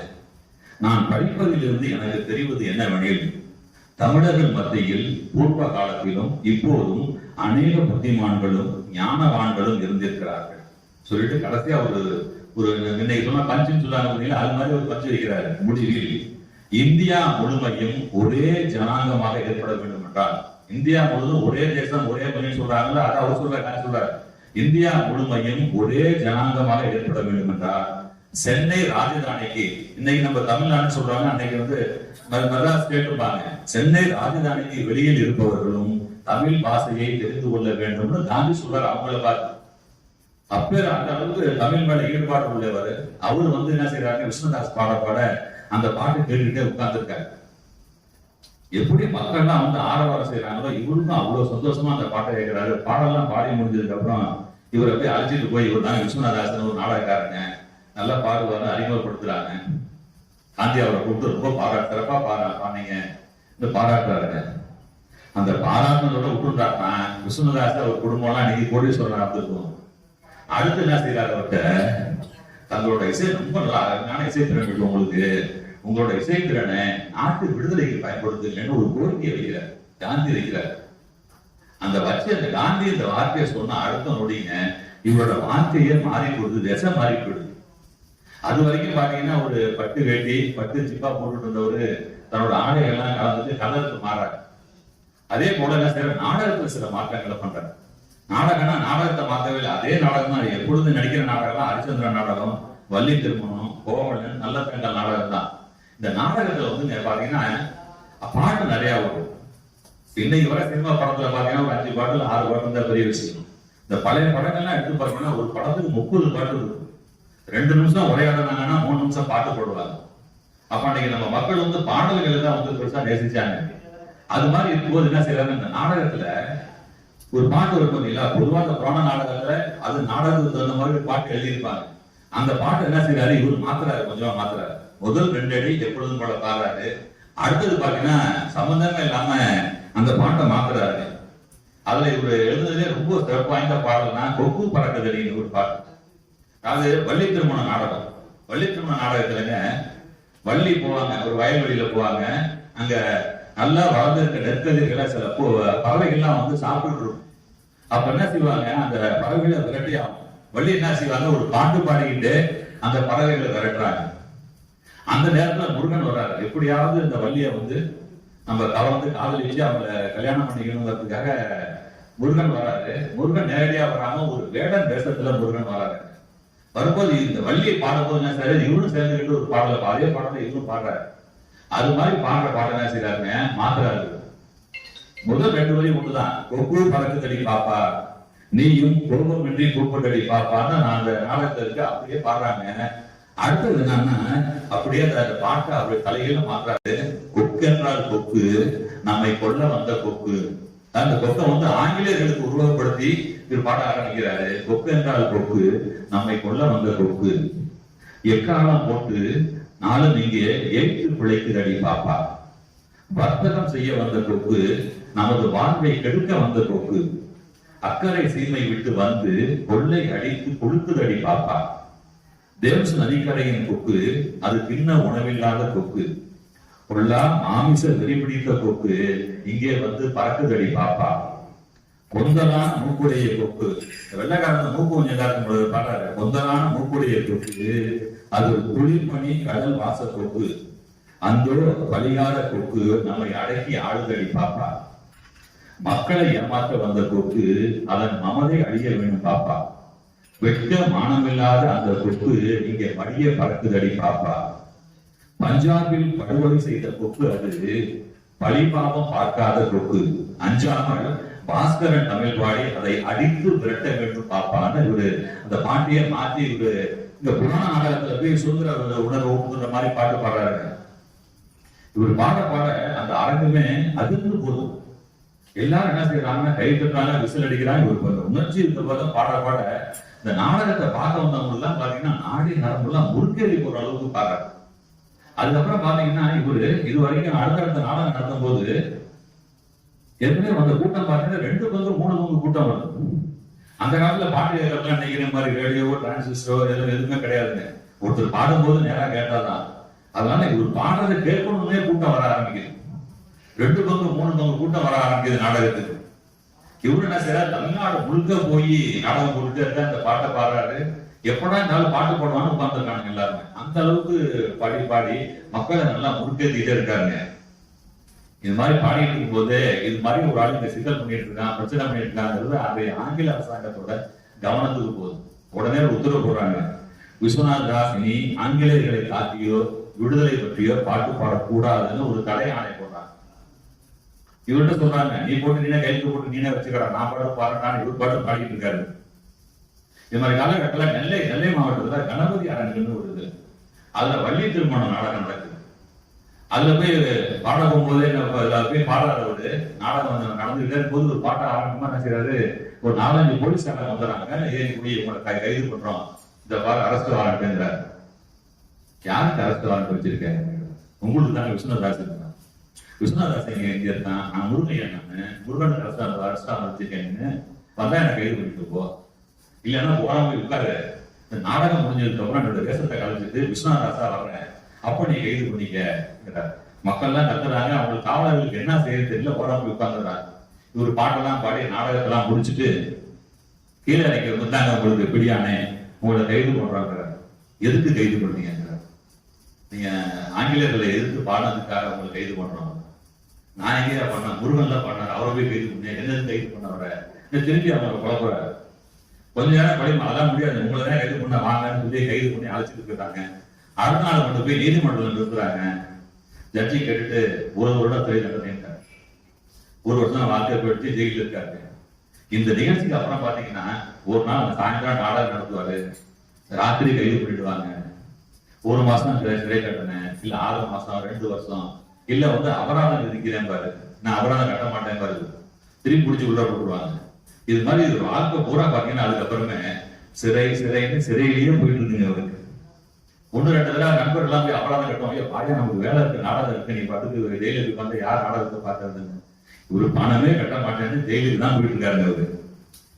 இவங்களும் வெள்ளை ஆங்கில அரசாங்கத்துல கைது பண்ணி பாக்குறாங்க, என்ன போனாலும் அடங்க மாட்டேங்கிறாங்க. 1 வருஷம் முடிஞ்சு போறோம், வந்து அடுத்த நாள் நாடகம் போடுறாங்க. ஏதாவது பண்ணுடா, இருந்தாலும் ஜெயில போட்டோம்னா வெளியிலேயே வரக்கூடாது. அதுக்கு என்ன வழின்னு பார்த்து தேச துரோக குற்றத்துக்கு மேல சுமத்துறாங்க. வவுசி சுமத்துறாங்கல்ல, 40 வருஷம் கடுங்கால தண்டனை விதிச்சாங்க பாத்தீங்களா, அதே தேச துரோக குற்றத்தை விஸ்வநாதாஸ் மேல போட்டு கோர்ட்ல கொண்டு நிறுத்துறாங்க. அப்ப அந்த குற்றம் சுமத்தி கோர்ட்ல சுமத்தும் போது இவருக்காக வாதாட வந்தவர் யாருன்னு பாத்தீங்கன்னா கப்பலுடைய தமிழன் செக்கெழுத்து சமல் வாவுசி வந்து இவருக்காக வாதாடி இருக்காரு. அப்ப 2 பேரோட நிலைமையும் ஒண்ணுதாங்கிறான். ஆவுசி இருந்த பணத்தை எல்லாம் விட்டார், ஒண்ணுமே இல்லை, சாப்பாட்டு வழி இல்லை. விஸ்வநாதாசி இருந்த சொத்து சோகம் பூரா எல்லாத்தையும் இருந்து கட்டின ஊடு முதல்ல அடமானம் வச்சுட்டாரு. இவர்கிட்டயும் ஒண்ணும் இல்லை. இவருக்காக வந்து வாவுசி வாதாடி இவரை விடுதலை பண்ணி கொடுக்குறாரு. அந்த காட்சி தமிழகத்துல இருந்தவங்க எல்லாம் சொன்னாங்களாங்க, சொல்றாங்க, கூவ முடியாத குயிலுக்காக பச்சை கிளி பருந்து பருந்து பேசுன்னு சொன்னாங்க. ஒண்ணுமே இல்லாத விஸ்வநாதாசுக்கு ஒண்ணுமே இல்லாத வாவுசி வந்து வாதாடுறாரு. கூவ முடியாத குயிலுக்காக பச்சை கிளி பருந்து பேச வந்துச்சுன்னு சொல்லி அதான் தமிழ்நாட்டில தான் நிகழ்ந்து போயிருக்காங்க. அதே மாதிரி ஒரு ஜெயிலுக்கு போயிட்டு தான் இருக்காரு, திரும்ப போயிட்டே இருக்காருங்க. இதே மாதிரி சென்னையில ஒற்றை வாடை அரங்குன்னு ஒரு அரங்குங்க. அங்க பாத்தீங்கன்னா கோவல நாடகம் போடுறாங்க. கோவல நாடகம் போடும்போது என்ன செய்யறாங்க, வந்து கைது பண்ண போறேன்னு வராங்க, மேடைக்கு வராங்க. அப்ப என்ன செய்யறாரு இவரு, இங்க விஸ்வநாதாஸ் இல்லையா, இங்க நான் வந்து கோவல நீ கீழே இறங்குறியா இல்லையா, இல்லன்னா என் காவலர்களை விட்டு உன்னை அடிச்சு துறக்க போறாங்க, வந்த கைது பண்ண சொல்றாரு, என் காவலர்களை விட்டு உன்னை அடிச்சு போறாங்க, கீழே இறங்கியாங்க. அவங்க கீழே இறங்கி போறாங்க. அதே மாதிரி மக்கள் தான் ஆரவாரம் செய்யறாங்க. ஒவ்வொரு முறையும் இதே நிகழ்ச்சி தான் நடந்துருக்குது.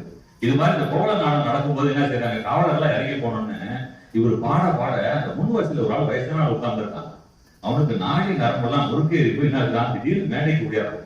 அவன் வந்து ஆங்கிலேயர் தயாரிச்ச அந்த மில் துணியை போட்டிருக்கான். வந்து மேடையிலேயே உடம்புல போடுற துணியெல்லாம் பிச்சு எரிஞ்சு அங்கேயே போட்டு இந்த துணியை போட்டு கொடுத்துறான் மேடையிலேயே. அவர் உடம்புல ஒண்ணுமே இல்லை, தான் போட்டு துணியை பூரா மேடையில கொடுத்தான். விஸ்வநாதாஸ் பாடுற பாட்டோட தாக்கம் உடனே விஸ்வநாதன் உள்ள போய் ஒரு கதவு துணி கொண்டாந்து கொடுக்குறாரு. அடுத்த நாள் 2 பேரையும் கைது பண்ணி அப்படியே நீதிமன்றம் எழுதிடுறாங்க. ஆனா இந்த வழக்குல வந்து விஸ்வநாதாஸை விடுதலை பண்ணிடுறாங்க. இது மாதிரியான நிகழ்ச்சி நடந்திருக்கு. இது மாதிரி இவங்க கைது பண்ணி அசந்து போயிட்டு என்ன செய்யறாங்க, மேடையில பாடமா நம்ம கைது பண்றோம், ஜெயில போடுறோம், நம்ம திரும்ப வந்து நாடகம் போடுறாரு. இந்த ஆளை மேடையே ஏற விடக்கூடாதுன்னு சொல்லிட்டு என்ன செய்யறாங்க, மேடையில ஏறது முடியும் இந்த ஆளை குடிச்சிட்டு போட்டு திட்டம் போட்டு உடனே நிக்கிறாங்க. அது இவருக்கும் தெரிஞ்சு போயிடுது. என்ன செய்யறாரு, மேடையில விஸ்வநாதாஸ் தம்பி சண்முகதாசனம்ல அவர் வந்து அறிவிக்கிறார், அண்ணா வந்துட்டு இருக்காரு லேட்டா வர்றதுக்கு. அது வரைக்கும் அவரோட பையன் சுப்பிரமணிய தாஸ் இருக்காரு, அவர் வந்து அவரோட வேடத்துல நடிப்பாரு, நீங்க எல்லாம் அதை ஏற்றுக்கணும்னு சொல்றாரு. போலீஸ் இதுக்கு காவல்காரன் நிம்மதியா அப்பா அதனால வரலா நினைக்கிறான். வந்து நிம்மதியா இருக்கும்போதே ஒரு ஆளு ஒரு மேக்கப் எல்லாம் தூக்கிட்டு ஒரு ஆள் கூடிக்காரன் சாமி நவருங்க சாமின்னு கூட்டத்தை இடிச்சுக்கிட்டு போறான். ஒரு 1/2 மணி நேரம் கழிச்சு திரைச்சல் விளக்குது, முருகன் வேடத்துல கொண்டு வந்து நிக்கிறாரு. மக்கள் தான் பார்த்து வியந்து போறாங்க. விஸ்வநாதாஸோட பையன் எல்லாம் வருவான்னு சொன்னாங்க, ஆனா காலம் பார்த்தா விஸ்வநாதாஸ் மாதிரியே இருக்கு, அப்பா புள்ளினா இந்த அளவுக்கு ஒத்துமையா ஒரே மாதிரியா இருப்பாங்கன்னு எல்லாம் ஆச்சரியப்படுறாங்க. இவர் வாயை திறந்து பாட ஆரம்பிக்கும் போது ஆகா இது பையன் இல்ல அப்பா தான் வந்திருக்காருன்னு தெரிஞ்சு போயிடுங்க. உடனே காவலர் வந்தாங்க, இவனை குடிச்சிட்டு போய் திரும்ப ஜெயில போட்டாங்க. அதே மாதிரி ஜெயிலுக்கு போயிட்டே இருக்காரு இவரு. இவர் தமிழ்நாட்டுல மட்டும் இல்ல, கடல் கடந்து போய் மற்ற நாடுகளையும் நடனம் போறாரு. ஒரு முறை இலங்கைக்கு போறாரு, தலைமன்னார்ல போய் இறங்குறாங்க. இவரு பயணிச்ச கப்பல்ல நேரும் வர்றாரு. நேரு என்ன செய்யறாரு, துறைமுகத்துல இறங்கி நேரு பாட்டுக்கு போயிடுறாரு. ஆனா அங்க காவலர் ரெடியா நிக்கிறான், எப்பா நீ இலங்கை முன்னாடி காலேஜ் வைக்க கூடாது, வந்து கடல் வச்சிருப்பாங்க. ஏன் நான் நேரு போறாரு, என் தலைவர் யாரு, அவரோட தொண்டை நான் போறேன், என்னைய விட மாட்டேங்கிறான். நேரு போலாம் பிரச்சனை கிடையாது, ஆனா நீ வந்து என்ன பிரச்சனை எங்க நாட்டுல, நீ பாட்டுக்கு ஏதாவது பாடிட்டு போயிடுவ, இங்க பிரச்சனை ஆயிடும், கலவரம் பிடிக்கும், வன்முறை வந்துடும், அதனால உன்னை முடியவே முடியாது, திரும்பி அதே கப்பல்ல திரும்பி அனுப்பிச்சு விட்டாங்க. அப்ப அந்த நாடகத்துக்கு ஏற்பாடு பண்ணவர் 2 பேரு என்ன செய்யறாங்கன்னா, காங்கிரஸ் தலைவர் கிறிஸ்டியன்கிறவரும் மேயர் குணசிங்கிறவங்க என்ன செய்யறாங்கன்னா, இலங்கை நீதிமன்றத்துல போய் ஒரு வழக்கு போட்டு அதுல வாதாடி திரும்ப இவரை வந்து கூப்பிட்டு அங்க நாடகம் போட சொல்றாங்க. இவரு இலங்கையில மட்டும் இல்லைங்க, சிங்கப்பூர், மலேசியா, பர்மான்னு எல்லா நாடுகளுக்கும் போய் நாடகம் போட்டு வர்றாங்க. அப்பெல்லாம் இப்பெல்லாம் ஒரு சினிமா வந்துச்சுன்னா உங்களுக்கு போஸ்ட் ஓட்டுறாங்க, எல்லாம் செய்யறாங்க. அப்ப அந்த காலத்துல வந்து ஒரு நாடகம் போடுறாங்கன்னா மக்களுக்கு தெரிவிச்சு அவங்க என்ன செய்யறாங்க, ஒரு தம்பட்டு அடிப்பாங்க, இல்ல ஒரு சின்ன நோட்டீஸ் அடிச்சு கொடுப்பாங்க. இந்த நோட்டீஸ் கூட பெரும்பாலும் படிக்கிறது ஆள் இருக்க மாட்டாங்க, படிக்க தெரியாது நிறைய பேருக்கு. அது இல்லாம ஒரு நாடகம் போடுறாங்கன்னா நாடகத்துக்கு ஒரு 4-5 நாளைக்கு முடியும் அந்த நாடக குழு பூரா அங்க வந்துடும். ஏன்னா அதுக்கப்புறம் தான் அரங்கம் அமைக்கணும், திரை கட்டணும், எல்லாம் அதுக்கு நிறைய வேலை இருக்கிறதுனால எல்லாம் வந்துடுவாங்க. அப்ப விஸ்வநாதாஸ் ஒரு ஊர்ல நாடகம் போடுறாங்கன்னா நோட்டீஸ் அடிச்சு கொடுப்பாங்க, இந்த தண்டோரா போடுவாங்க. அந்த நோட்டீஸ்ல தண்டோராவுல என்ன இருக்குங்கிறத சொல்லியிருக்காங்க. ஒரு இதுல பாருங்க, ஜெகமெங்கும் புகழ்பெற்ற வீர தீர பராக்கிரம ராஜாதி ராஜன் ராஜ மார்த்தாண்டன் ராஜ கம்பீரன் கடல் கடந்து சிங்கப்பூர், பினாங்கு, இலங்கை, பர்மா ஆகிய நாடுகளில் வெற்றி கொடி நாட்டிய சிங்கம், கானவேலன், சங்கீத சாகித்ய ஞான விடுதலை வீரர், யாகச்செம்பாள் விஸ்வநாதாஸ் வந்து விட்டார் தண்டர போறான். ஒரே ஸ்பெஷல் நாடகம். இச்சமயம் தவறினால் மறு சமயம் வாய்ப்பது அரிது. அது சொல்றான், நீ நாடகம் போட்டு நீ பார்த்தாதான் வந்து போயிட்டு சாயந்தரம் கைது பண்ணிட்டு கூடாது, ஒரு அடுத்த நாடகம் பார்க்க முடியாது. இதுதான் ஒரே சமயம் ஸ்பெஷல் நாடகம். பாத்துங்க, ஏமாந்து போகாமல் முன்னிடம் தேடுங்கள். இப்ப தேட்டர்லன்னா ஃபர்ஸ்ட் அதெல்லாம் கடைசியில இருக்கும். நாடகம் பார்க்கறவங்க முன்னாடி வச்சுல உட்கார்ந்து பார்க்க முடியும். அதனால ஏமாந்து உடனே வந்து டிக்கெட் வாங்கி முன்னிடம் சேருங்கள். தரை வந்து 4 அணா, தரை டிக்கெட்டு 4 அணா. பெண்களுக்கு தனி இடம் உண்டுன்னு சொல்லி அன்னைக்கு நோட்டீஸ் அடிச்சு கொடுத்துருக்காங்க. ஒரு புறம் எட்டயபுரம் அரண்மனையில போய் ஒரு நாடகம் போடுறாரு. அங்க மன்னர் காசி மகாராஜா இருக்காரு. அவர் பாக்குற நாடகத்தை ரொம்ப சிறப்பா நாடகம் போடுறாங்க. அடுத்த நாள் அவர் கூப்பிட்டு இவங்களுக்கு எல்லாம் ஒரு விருந்து வைக்கிறாரு. விருந்து வச்சுட்டு விஸ்வநாதாசர் தனியா கூப்பிட்டு பேசுறாரு. விஸ்வநாதர் கூப்பிட்டு, எப்பா உன்னோட கொள்கையில நான் பாராட்டுறேன், ஆனா நீ வாழ்ற வாழ்க்கை இருக்க எனக்கு ரொம்ப வருத்தமா இருக்கு. நீ எல்லா சுத்தியும் இழந்துட்ட. உன் கூட இருக்கவன்லாம் நீ உன்கிட்ட காசு இருக்க வரைக்கும் இருப்பான். நீ ஒண்ணுமே இல்லாம போயிட்டீங்கன்னா எல்லாம் ஓடி விடுவாங்க. அதனால இதெல்லாம் விட்டுட்டு இந்த பழக்கம் வேண்டாம். உன் குடும்பத்தை காப்பாற்றுறதுக்கு வழியே பாருங்க. ஏதாவது தேவைன்னா சொல்லு, நான் உனக்கு காசு தந்து உதவுறேன்னு சொல்றாரு. எட்டயபுரம் மகாராஜா சொல்றாரு. அவருக்கு மறுக்க முடியாது. ராஜா சொல்லும் போது என்ன மறுக்க முடியுமா? ஏன் நீங்க சொல்றது நியாயம் தாயா, நீ சொல்றத நம்ம என் குடும்பத்துல பேசி பாக்குறேன், நாடகத்துல பேசி நான் ஒரு முடிவு எடுக்கிறேன்னு சொல்லி மறுப்படா பதில் சொல்லிட்டு வந்துடுறாருங்க. வந்து திரும்ப அதே நாடகம் தான் கொடுத்துருக்காரு. அதே மாதிரி ஜெயிலுக்கு போயிட்டே இருக்காரு. அதே மாதிரி ஒரு ராமநாதபுரத்துக்கு போறாரு. ராமநாதபுரம் வர்றான்னு நாடகமே நடத்தக்கூடாதுன்னு கடை போட்டுறாங்க. இவரு பார்க்க நாடகம் தான் நடத்தக்கூடாது கடை போட்டீங்க, நான் பாராட்டுக்கும் கடை இல்லையேன்னு சொல்லிட்டு அரண்மனைக்கு முன்னாடி இந்த ஒரு பெரிய கடல்ல ஒரு கல்லு மேல இறங்கிட்டு ஒரு பாட்டு பாட ஆரம்பிச்சிருக்காரு. கூட்டம் கூட்டிட்டு திரும்ப வந்து இவரை கைது பண்ணி அழைச்சிட்டு இருக்கிறாங்க. இந்த முறை இவரை வந்து ஜாமீன்ல எடுத்து வந்தவர் யாருன்னு கேட்டீங்கன்னா பசுபன் முத்துராமலிங்க தேவர் வராரு. வந்து இவரை வந்து எப்படியாவது ஜாமீன்ல எடுத்துன்னு வர்றாரு. இவரு நல்லா ஜாமீன்லாம் வேண்டாம் போங்க, நான் ஜெயிலுக்கு போறேன்னு சொல்லிட்டு ஜெயிலுக்கு போயிறாரு திரும்ப. இது மாதிரி வந்து காலகட்டம். அதே மாதிரி இவரோட பையன் மூத்த மகன் சுப்பிரமணிய தாசன் சொன்னோம். அந்த பையன் என்ன செய்யறாப்புல அப்பப்ப போராட்டங்கள்ல கலந்துக்கிறாப்புல. சுப்பிரமணிய தாஸ் திருமணமான புதுசு ஒரு திருநெல்வேலியில ஒரு போராட்டத்துல கலந்துக்கிறாங்க. அவரை பிடிச்சிடறாங்க. பிடிச்சிட்டு போய் நீதிமன்றம் இருக்கிறாங்க. அப்ப நீதிபதி பாக்குறாரு, எப்பா நீ வந்து உன்னை வந்து கைது பண்ணி சிறையில தள்ளணும், நீ ஒரு மன்னிப்பு கடிதம் எழுதி கொடு. இது வரைக்கும் நான் தெரியாம அந்த போராட்டங்களை கலந்துக்கிட்டேன், இனிமே நான் செய்ய மாட்டேன், நான் மன்னிச்சிருக்கேன்னு ஒரு மன்னிப்பு கடிதம் எழுதி கொடு, உன்னை விடுதலை பண்றேங்கிற. இவருக்கு முடிவு எடுக்க முடியல, நான் யோசனை பண்ணி சொல்றேங்க. சரி அவர் சொல்ற வரைக்கும் அவரை காவலில் வைங்கன்னு சொல்லி உத்தரவு போட்டாரு. காவலுக்கு ஜெயில வச்சிருக்காங்க அவரை. இவர் ஒரு ஆளை கூப்பிட்டு எங்க அப்பாட்ட போய் கேட்டுருவாங்க. ஜட்ஜி இப்படி சொல்றாரு, நான் என்ன செய்யறதுன்னு எங்க அப்பாட்ட கேளுங்கிறாங்க. இவர் எங்க இருக்காருன்னா கடலூர் ஜெயில இருக்காரு. ஒரு ஆள் அங்க இருந்து போய் இது மாதிரி உங்க பையனை கைது பண்ணிருக்காங்க, ஜட்ஜி இப்படி சொல்றாரு, என்ன செய்யலாம்னு கேட்கிறாரு. அவர் என்ன செய்யறாரு, ஒரு பேப்பர் இருந்தா வாங்கி எழுதி கொடுக்குறாரு. இதை கொண்டு என் பையன் கொடுக்குறது. உடனே பையன் கொடுக்குறாங்க. சுப்பிரமணிய தாஸ் வாங்கி பாக்குறாரு. அதுல என்ன எழுதியிருக்காருன்னா, மன்னிப்பு கடிதம் கொடுப்பதை விட சிறையிலேயே செத்து மடின்னு எழுதியிருக்காரு. அப்பாவே சொல்லிட்டாங்க நான் ஜெயிலே இருக்கேன்னு சொல்லிட்டு அவன் சிறையிலேயே இருந்துறாப்புல. அதுக்கப்புறம் தான் விடுதலை வராது. இது மாதிரி போறதுனால ஒவ்வொரு சொத்தா வித்துறாங்க. வீடு அடமானத்துக்கு வந்துருது, ஒண்ணும் முடியல. எட்டயபுரம் மகாராஜா திரும்பி கூப்பிடுறாரு, எப்பா இப்ப நான் சொல்றது ஒத்துக்கிட்டாங்கன்னு, இந்த வேலையெல்லாம் ஒன்று நான் ஏதாவது பணம் தர்றேங்கிறாரு, முடியாதுங்கிறாப்புல. அதே மாதிரி நீதி கட்சியை சேர்ந்த மேயர் வாசுதேவ நாயர் ஒருத்தர், அவர் கூப்பிட்டு பேசுறாரு, நல்லா புரியுது எனக்கு, நான் ஒரே ஒரு செய்தி நான் சொல்ல ஒன்னே ஒன்று கேள்வி, இந்த காங்கிரஸ் கட்சியை விட்டு வெளியில வா, அதை மட்டும் நீ செஞ்சிரு, நீ இது வரைக்கும் இழந்த சொத்தை அதான் சுத்தி நான் மீட்டு தரேன். அது மட்டும் இல்ல, உனக்கு மாசம் மாசம் பென்ஷன் மாதிரி ஒரு தொகையை இருக்கா தரான், நீ செய்ய வேண்டியது ஒன்றுதான், காங்கிரஸ் விட்டு வெளியில வாங்குறாரு, அதெல்லாம் முடியாது, நான் எப்படிதான் செய்வேன்னு சொல்லிட்டு அதையும் மறந்துடுறாருங்க.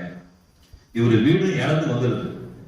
இதுல திருமங்கலத்துல இவர் பார்த்து ஆசையா பங்களா மாதிரி கட்டின வீடு ஏற்கனவே ஜப்திக்கு வந்து ஏலத்துலாம் தேதி கொடுத்துருக்காங்க. எப்படி வீட்டா மீட்கிறதுன்னு தெரியல அவருக்கு. அப்பதான் சென்னையில ஒரு வாய்ப்பு கிடைக்குது. ராயல் அரங்கத்துல ஒரு 5 நாள் நாடகங்க இங்க கூப்பிடுறாங்க, நாடகம் போடுவோம் போறாரு. இவரு பையன்லாம் பேசுறாரு, இந்த 5 நாள் நாடகம் போட்டு 5 நாள் கைதாகாம நடத்திக்கங்க, நம்ம வீட்டெல்லாம் வீட்டுலாம் வா போவோம்னு சொல்லிட்டு சென்னைக்கு எல்லாத்தையும் கூடவே அழைச்சிக்கிட்டு சென்னையில போய் நாடகம் போட போறாருங்க. அது வந்து 1940ஆம் ஆண்டு டிசம்பர் 31, 1940ஆம் ஆண்டோட கடைசி நாள் நாடகம் போடுறாங்க. அதே வள்ளி திருமண நாடகம் தான். அப்படியே திரை விளக்குது.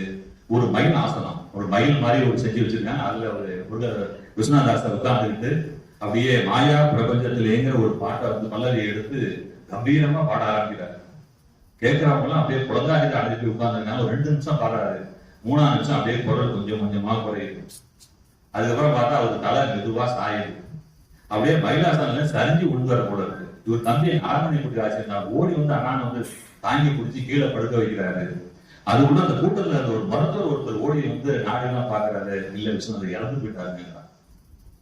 தான் பெரிதும் நேசித்த அந்த நாடகத்துல நாடகம் நடிச்சுட்டு இருக்கும் போது அதுலயும் தான் பெரிதும் நேசித்த அந்த முருகன் வேஷம் போட்டுக்கிட்டு மயில் ஆசனத்துல உட்கார்ந்து இருக்கும் போது விஸ்வநாதர் ஆசிரியர் மறைஞ்சு போயிடாரு. அதுக்கப்புறம் எல்லாம் கூடி பேசுறாங்க, என்ன செய்யறது, இறந்து போயிட்டாரு, சென்னையில இறந்து போயிட்டாரு, இவங்க வீடு திருமங்கலத்துக்கு போகணும், நீங்க ஏதோ பாடியை கொண்டு போக முடியுமாங்கிறாங்க. பாடியை கொண்டு போறதுலாம் வசதி கிடையாது நமக்கு, சென்னையிலேயே நம்ம இறுதி சடங்கு செஞ்சிருக்கோம், கொல்லி வச்சுக்கோன்னு முடிவு பண்ணி அடுத்த நாள் என்ன செய்யறாங்கன்னா, இவர் எந்த மயிலாசனத்துல உட்கார்ந்தாரோ அதே மயிலாசனத்துல இவர் உட்கார வச்சு அலங்காரம் பண்ணி மூல கொத்தலம்னு ஒரு மயானம் இருக்காங்க சென்னையில, அதுக்கு வந்து ஊர்வலமா கொண்டு போறாங்க. அப்போ வந்து அந்த வந்து சத்தியமூர்த்தி வந்து கலந்துக்கிறாரு, KP சுந்தராம்பாலாம் வந்து உங்களுக்கு கொண்டு போட்டு இறுதி மரியாதை செலுத்துறாங்க. இப்ப இந்த காலகட்டத்துல வீட்டுக்கு ஒரு 2 வண்டி இருக்கு, எல்லாமே கார் இருக்கும், பைக் 2 பைக் இருக்கும், ஸ்கூட்டி இருக்கும். 1940 எத்தனை வண்டி இருக்கு நினைச்சு பாருங்க சென்னையில. ஆனா அந்த காலகட்டத்திலேயே இந்த ஊர்வலம் அந்த மயானத்துக்கு போயிட்டு வர வரைக்கும் 7 மணி நேரம் சென்னையில போக்குவரத்து தமிழ்ச்சி பிடிச்சிக்கிறாங்க. அந்த அளவுக்கு கூட்டாங்க. எந்த விதமான போக்குவரத்து வசதி இல்லாத அந்த காலத்துல சென்னையில 7 மணி நேரம் போக்குவரத்து ஸ்தம்பிச்சு போயிருக்கு இவரோட இறுதி ஊர்வலம் போகும்போது. அந்த அளவுக்கு மக்கள்லாம் அலைகாலம் தான் வந்து இவருக்கு அஞ்சலி செலுத்திட்டு போயிருக்காங்க. விஸ்வநாதர் பாத்தீங்கன்னா அவர் பிறந்தது 1886 பார்த்தாங்க, இறந்தது 1940. அவர் ஒழுங்கா உயிர் வாழ்ந்தது 54 ஆண்டு தான். சின்ன வயசுலயே ஒரு நாடகத்துக்கு வந்துட்டார். இந்த கலைத்துறையில மட்டும் பாத்தீங்கன்னா 40 வருஷம் இருந்திருக்காரு. ஒரு 12-13 வயசுல திருப்பூர் நாடகம் போயிடாரு. அப்படி பார்த்தோம்னா குறைஞ்சபட்சம் 40 வருஷம் ஒரு நாடகத்துல தான் இருந்திருக்காருங்க. இந்த 40 வருஷத்துல இவர் கைதானது எத்தனை இருக்குங்களா, 29 முறை கைதாயிருக்காரு. கிட்டத்தட்ட 15 வருஷம் ஒரு சிறையிலேயே இருந்திருக்காரு. 1919 காந்தியை பார்க்கிறாரு. காந்தியை பார்த்ததுல இருந்து இவரோட சிறை வாழ்வு தொடங்குது. காந்தியை பார்த்ததுக்கு அப்புறம் ஒரு 21 ஆண்டுகள் தான் வெளியில இருக்காரு. 1919 காந்தியை பார்க்கிறாரு, 40 இறந்து போயிறாரு. இடையில இருக்கிறது 21 வருஷம் தான். இந்த 21 வருஷத்துல கிட்டத்தட்ட 15 வருஷத்துக்கு குறையாம இவர் சிறையிலேயே இருந்திருக்காரு. சிறையில இருந்து வெளியே வருவாரு. அடுத்த நாடகத்துக்கான ஏற்பாடு பண்ணா உடனே செய்ய ஆளுக்கால் சரியை போடுவாங்க. இதுக்கான அடுத்த நாடகம் போடுவாரு. திரும்ப சிறைன்னு போனதுல 15 ஆண்டுகளுக்கு மேல் ஒரு சிறையிலேயே இருந்திருக்காரு. எவ்வளவு பிரச்சனை வந்த போதும் நான் இதை விட்டு கொடுக்க மாட்டேன், நாட்டை விடுதலை நான் எந்த விதமான பின்வாங்க மாட்டேன்னு கடைசி வரை போராடி தான் உடல் பொருள் ஆவி அனைத்தையும் கொடுத்தவர் விஸ்வநாதர். இவரை பத்தி நிறைய பேர் பாடியிருக்காங்க. பாரதிதாசன் வந்து இவரை பத்தி ஒரு பாட்டு பாடியிருக்காரு. கொக்கு பறக்குதடி பாப்பா என்று கொடுத்த அடி ஆங்கிலனை குடிக்க வைத்து மக்களையும் எழுப்பிச்சு விஸ்வநாத தாசன் என்னும் பாவானன் வரைந்த பாட்டு. வைக்கோலை தின்னுகின்ற மாடும் அன்னோன் வாய்ப்பாட்டில் சொக்கி விடுங்கிறார். பாயா சொல்றாரு, ஒரு பாடனா மனுஷன் வந்து இல்லையா, வைக்கோல திக்கிற மாடு கூட அப்படியே சொக்கி போய் கேட்கும். வைக்கோலை தின்னுகின்ற மாடும் அன்னோன் வாய்ப்பாட்டில் சொக்கி விடும். நடிப்பில் வந்தோம் தெற்கிலும் ஒரு நடிகமணி இருந்தான் என்று செத்திற்று வடநாடும் அந்நாளின்னு இவரை புகழ்ந்து ஒரு இரங்கல் கவிதை மாதிரி எழுதுறாங்க. இவரை பத்தி முதல்ல ஒரு புத்தகம் செல்லப்பண்ணு ஒரு ஆசிரியர் தான் இவரை பத்திய தகவல்கள் எல்லாம் தேடி திரட்டி ஒரு புத்தகமா கொண்டாந்துருக்காரு. பெரிய அளவுல புத்தகம் கொண்டாந்துருக்காரு. இந்த செல்லப்பண்ணு இவருக்கு ஒரு ஒத்துமை உண்டு. இவர் ஒரு ஆசிரியர், கோவில்பட்டியில ஒரு ஆசிரியர், ஒரு வரலாற்று ஆசிரியரா கோவில்பட்டி பெண்கள் மேல்நிலைப்பள்ளி, அரசு பெண்கள் மேல்நிலைப்பள்ளி ஆசிரியர். இவரு எல்லாம் தேடி திரட்டி தன்னோட சொந்த செலவுல புத்தகம் போறாரு. 2001 இவர் வகுப்பறையில பாடம் நடத்திருக்கும் போது கீழே விழுந்தோம்னா அப்படியே செத்துக்கிட்டாரு. எப்படி ஒரு நாடக மேடையிலே இறந்து போனாரோ அதே மாதிரி ஒரு புத்தகத்தை எழுதினவரு வகுப்பறையிலேயே இறந்து போயிறாரு. அவரு வந்து விஸ்வநாதர் செய்திகள்லாம் திரட்டி ஒண்ணுமே செய்தி திரட்டி ஒரு புத்தகம் ஆக்கியிருக்காரு. அவரு வந்து விஸ்வநாதாசரை பத்தி ஒரு பாட்டு எழுதியிருக்காரு. எனக்கும் இது ஒரு 7-8 பாடல் இருக்கு. அது சிறந்த பாடலா எனக்கு இந்த பாடல் படிச்சு. அவர் சொல்றாரு, நாம் அடிமை என்று நமக்கே தெரியாத அந்த நாளில். அடிமையா இருக்கவங்க நம்ம மக்களுக்கே தெரியாம இருந்தாங்க அந்த காலத்துல. படிப்பறிவு கிடையாது, ஒண்ணுமே கிடையாது. நாம் அடிமை என்று நமக்கே தெரியாத அந்நாளில் வேற்று நாட்டவர் நம்மை ஆண்ட கதையை நாடகத்தோடு பாடி பாடி விடுதலை உணர்வும் வெள்ளையர் எதிர்ப்புணர்வும் வளர்த்த நாடக கலைஞன். ஆங்கில அரசை அகற்றுதல் வேண்டி ஆவேசமிக்க பாடல்கள் பல பாடி கூடியிருந்தோர் நெஞ்சம் குமுற பாடி பறந்த பாட்டு குயில். வெள்ளை அரசாங்கம் பாடாதே என்று சொல்லும் பாடல்களைத்தான் பாடுவான். பாடியதற்கு பரிசாய் வாய்த்தது சிறை வாசகம் அடிக்கடி அவனுக்கு. 29 முறை சிறை சென்று பொன்னான நாடக வாய்ப்புகள் போய் பொல்லாத வறுமையில் வாடியும் விடுதலை உணர்வு மட்டும் விலகவில்லை அவன் நெஞ்சை விட்டு. நாடக மேடை அவனுக்கு தேசியம் வளர்க்கும் திறந்தவெளி பாடசாலை. நாடக மேடை அவனுக்கு தேசியம் வளர்க்கும் திறந்தவெளி பாடசாலை. தேச விடுதலை அதில் அவன் கற்பித்த பாடம். தன் வீடு ஏலம் போனாலும் தாய்நாடு ஏலம் போக விடேன் என்று வீரம் புறப்பக்கூடிய வீர தியாகின்னு புகழாரு. இது மாதிரி 54 ஆண்டுகளே வாழ்ந்த ஒரு மிகப்பெரிய தியாகியை இன்று நாமெல்லாம் மறந்து விட்டோம். நமக்கு நினைவூட்டி இருக்கிறார் ஒரு ஆசிரியர் செல்லப்பன் அவர்கள். வீர தியாகி விஸ்வநாதாஸ் அவர்களை வணங்கி இந்த வாய்ப்பிற்கு நன்றி கூறி விடைபெறுகிறேன். நன்றி, வணக்கம். ஒரு அருமையான ஒரு சொற்பொழிவு.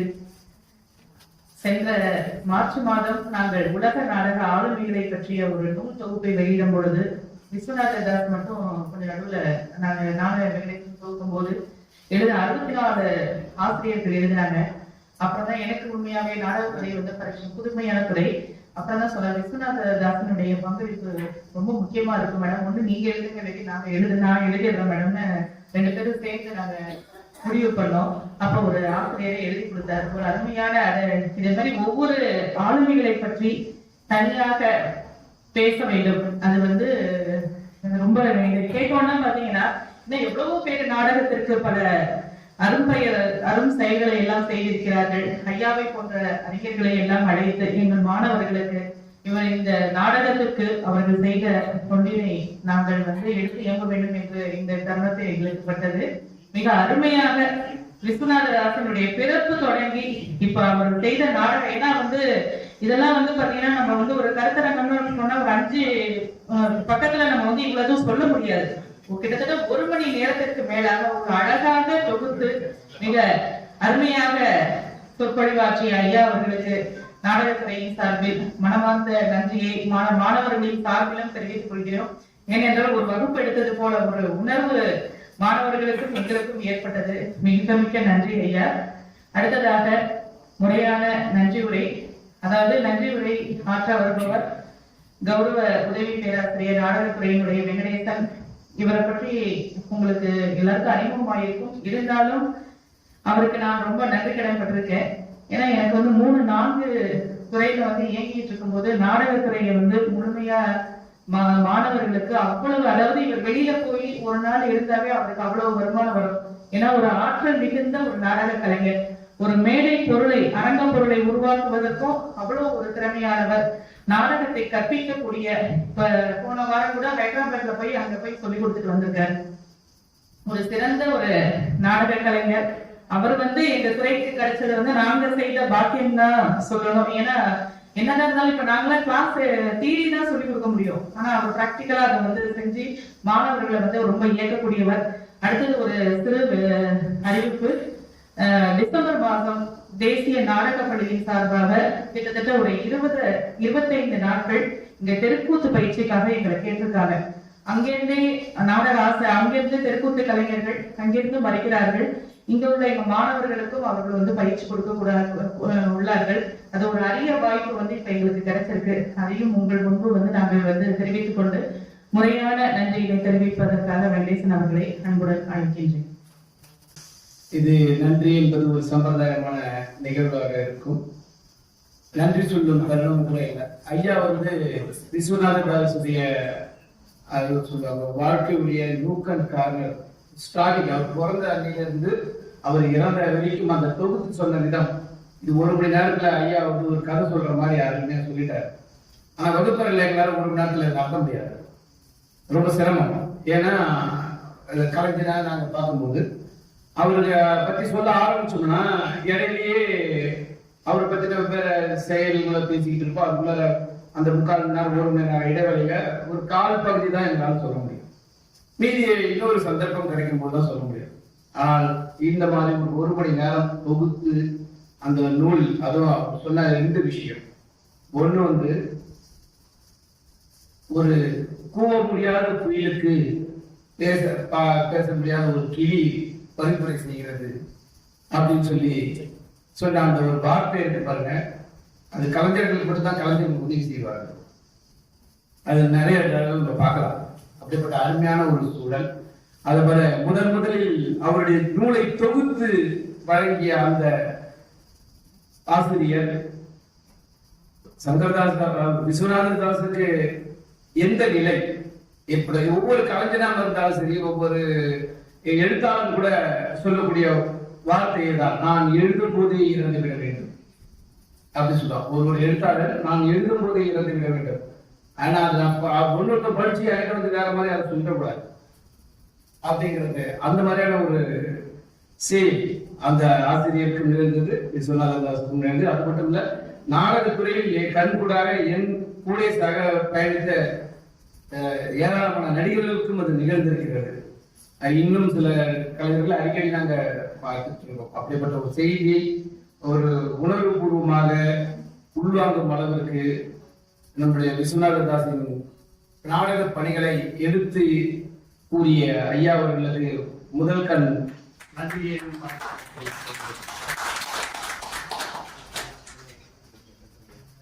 இந்த பெருமல்லர் திரு மா அருணாச்சலம் பழனியாயி அறக்கட்டளை மற்றும் மெலட்டூர் ஞானாம்பாள் சாமிநாதன் நாடகத்தமிழ் அறக்கட்டளை சொற்பொழிவுக்கு வருகை தந்து எங்களை வாழ்த்தி சென்றிருக்கும், இதற்கு தலைமுறை ஆற்றி சென்றிருக்கும் எங்களுடைய துணைவேந்தர் பொறுப்புக்குழு அம்மா பாரத் ஜோதி அம்மா அவர்களுக்கும், எங்களை வாழ்த்தி சென்றிருக்கும் ஐயா பதிவாளர் அவர்களுக்கும், மேலும் இங்கே வருகை தந்திருக்கும் எங்களுடைய நாங்கள் எந்த நிகழ்வு சொன்னாலும் 2021 இருந்து இந்த நாடகத்துறையிலே நடத்திய செமினாரா இருக்கட்டும், அறக்கட்டளை சொற்பொழிவுகளாக இருக்கட்டும், ஐயா இல்லாத அந்த நிகழ்வு நடந்ததே இல்லை. ஆனா நான் சொல்லுவேன், ஐயா ஒரு நிகழ்ச்சியில பேச வைங்க அப்படின்னு சொல்லுவேன். அதுக்கு அம்மா சொல்லுவாங்க, நான் வேணா அடுத்து துறை தலைவர் வந்தவனே ஐயா நீங்க கூட்டு பேச வைங்க, இப்ப நான் இருக்கும்போது கூட்டு பேச வைக்க கூடாது, பேச வச்சா அவங்க அப்பாவே அவங்க கூட்டு பேச வைக்கிறாங்க அப்படின்னு மற்றவங்க பேசிடுவாங்க. அதனால அவர் இப்ப கூப்பிடாதீங்கன்னு எங்ககிட்ட அவங்க ரொம்ப மருந்து வச்சு கேட்டுக்கிட்டாங்க. அதனால ஒரு சொற்பொழிவு கூட நாங்க எங்க மாணவர்களுக்கு கொடுக்க முடியல. ஆனா ஐயாவோட நான் தொடர்ந்து பயணிக்கும் போது நிறைய அவருடைய சொற்பொழிவுகளை கேட்டிருக்கேன். சிலப்பதிகாரத்தை பத்தி சொல்லக்கூடிய அந்த ஒவ்வொரு நகர்வுகளும் அப்படி இருக்கும். சிலப்பதிகாரத்தை ஏழெடுத்து இது வரைக்கும் நான் படிச்சது கிடையாது. ஏன்னா என்னால படிக்கவும் முடியாது, அவ்வளவு பெரிய இலக்கிய காலங்களில் இலக்கியவாதி நான் இல்லை. ஏன்னா சாதாரண ஒரு கலைஞர் தான், பிறப்பிலிருந்தே கலைஞனாவே இருந்து கலை படிப்பே படிச்சுக்கிட்டு இலக்கியத்தை அப்பப்போ பார்க்கிறவன் தான். ஆனா ஐயா அந்த பதிவு சொல்லும் போது நான் கொங்கைக்கு நாடகத்தை பார்த்துதான் சிலப்பதிகாரத்தை புரிந்து கொண்டேன். அந்த கொங்கைத்தி நாடகம் எந்த அளவுக்கு எனக்கு புரிதலை ஏற்படுத்தியதோ அதை விட ஆழமான புரிதலை சிலப்பதிகார அந்த நாட்டிய நாடகம் துறை தலைவர் அவர்கள் ஒருங்கிணைச்ச அந்த நாட்டிய நாடக நிகழ்வோடு ஐயாவுடைய அந்த சொற்பொழிவு, அந்த ஒவ்வொரு காட்சிக்கும் ஒவ்வொரு பாடலுக்கும் முன்னே அவர் கொடுக்கும் அந்த விளக்கம் மிகவும் அருமையாக இருக்கும். அதை வந்து எல்லாரும் கேட்கணும், எங்களுடைய மாணவர்கள் கேட்கணும், குறிப்பாக நாடக கலைஞர்களாக கேட்கணும். இன்னொரு முறை அந்த வாய்ப்பு இருந்தால் நமது பல்கலைக்கழகத்திலே அந்த நிகழ்வு முழுதும் ஏற்பாடு செய்ய வேண்டும் என்று எங்கள் துறை தலைவரை மனமாற கேட்டுக்கொள்கிறேன். அப்படி வருகை தந்திருக்கும் ஐயா அவர்களுக்கும், மேலும் இங்கே வருகை தந்திருக்கும் பல்வேறு கல்லூரிகளை சார்ந்த பேராசிரியர்களுக்கும் தலைவர் அவர்களுக்கும், எங்க நிகழ்வுனா அம்மா சொன்னாங்க, எங்க இடத்துல சொல்லிட்டாங்க, நம்ம ஜோதி ஐயா அவர்களும் ராஜமாணிக்க ஐயா அவர்களும் இல்லாத நிகழ்வு இல்லை. ஏன்னா அவங்க எங்களோட தொடர்ந்து பயணிக்கிறவங்க. இந்த நாடகத்துறையில் நடக்கூடிய நாடகங்களுக்கு வருவாங்க, நாடகத்தை பார்ப்பாங்க, அவங்களும் சேர்ந்து நடிப்பாங்க எங்களோட. அப்படி ஒரு பயணத்துல தொடர்ந்து நாடகத்துறை ஆரம்பிச்ச காலத்துல இருந்து இந்த நாடகத்துறை ஏதாவது செய்யணும், அவங்க வெளியில இருந்து யோசிக்கிற வார்த்தைகள். ஆனா இங்க உள்ள இருந்து எங்களால நிறைய செய்ய முடியுது இல்லை. ஆனா அவங்க திரும்ப எங்களை பார்க்கும்போது கேள்விகளை போட்டுட்டே இருப்பாங்க, ஏதாவது செய்யுங்க, சும்மா இருக்காதீங்க, நாடகத்துறை இப்படி வீணாக்கிடாதீங்க அப்படின்னு சொல்லியிருப்பாங்க. அதுக்காகவே வியாழன் மாலை நிகழ்வில் நாங்கள் தொடர்ந்து அவர்கள் எண்ணம் வந்து அவங்க இருக்கிறதுக்கு அவங்களுடைய எண்ணம் திருப்தி அடைக்கணும் அப்படிங்கிறதுக்காக நாங்கள் தொடர்ந்து வியாழன் மாலை நிகழ்வும் அவங்க நேரில் வச்சுட்டு தான் நிறைய நிகழ்ச்சிகளை பண்ணிட்டு இருக்கோம். அவங்களுக்கும் எங்களுடைய மனமார்ந்த நன்றியை தெரிவித்துக் கொள்கிறோம். மேலும் இங்கே வருகை தந்த இசைத்துறை தலைவருக்கும் சிற்பத்துறை தலைவருக்கும் மற்றும் கல்வியல் புலத்திலிருந்து வருகை தந்திருக்கும்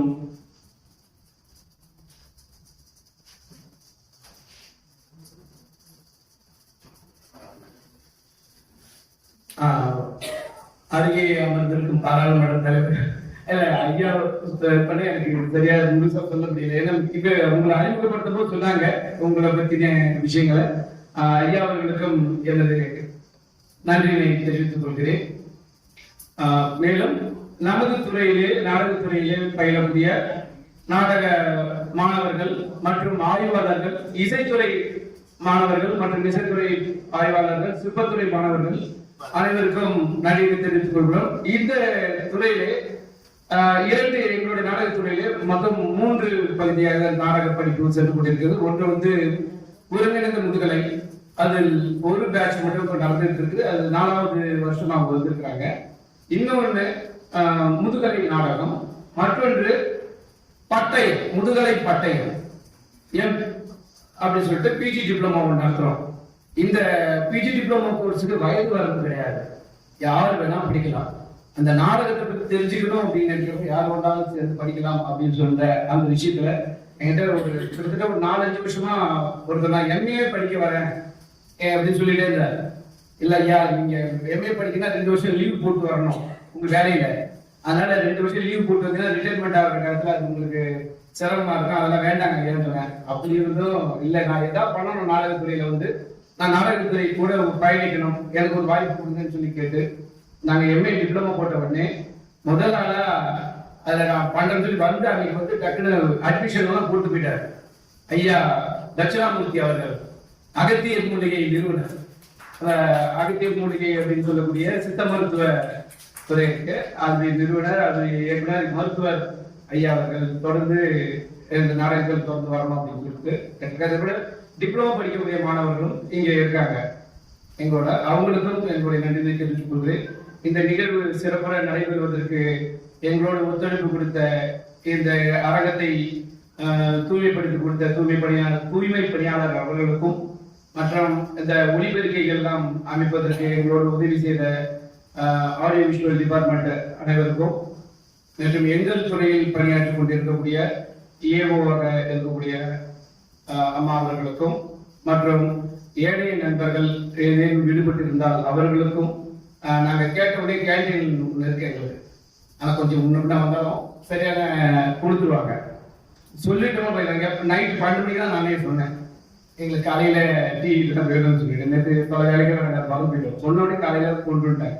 அந்த மாதிரி எங்களுக்கு தொடர்ந்து கேண்டீன் ஃபெசிலிட்டி கொடுத்துட்டு இருக்கிற அவங்களுக்கும் அனைவருக்கும் இந்த நாடகத்துறை சார்பாக மனமார்ந்த நன்றியை தெரிவித்துக் கொண்டு இந்த நிகழ்வை இனிதே நிறைவு செய்கிறோம்.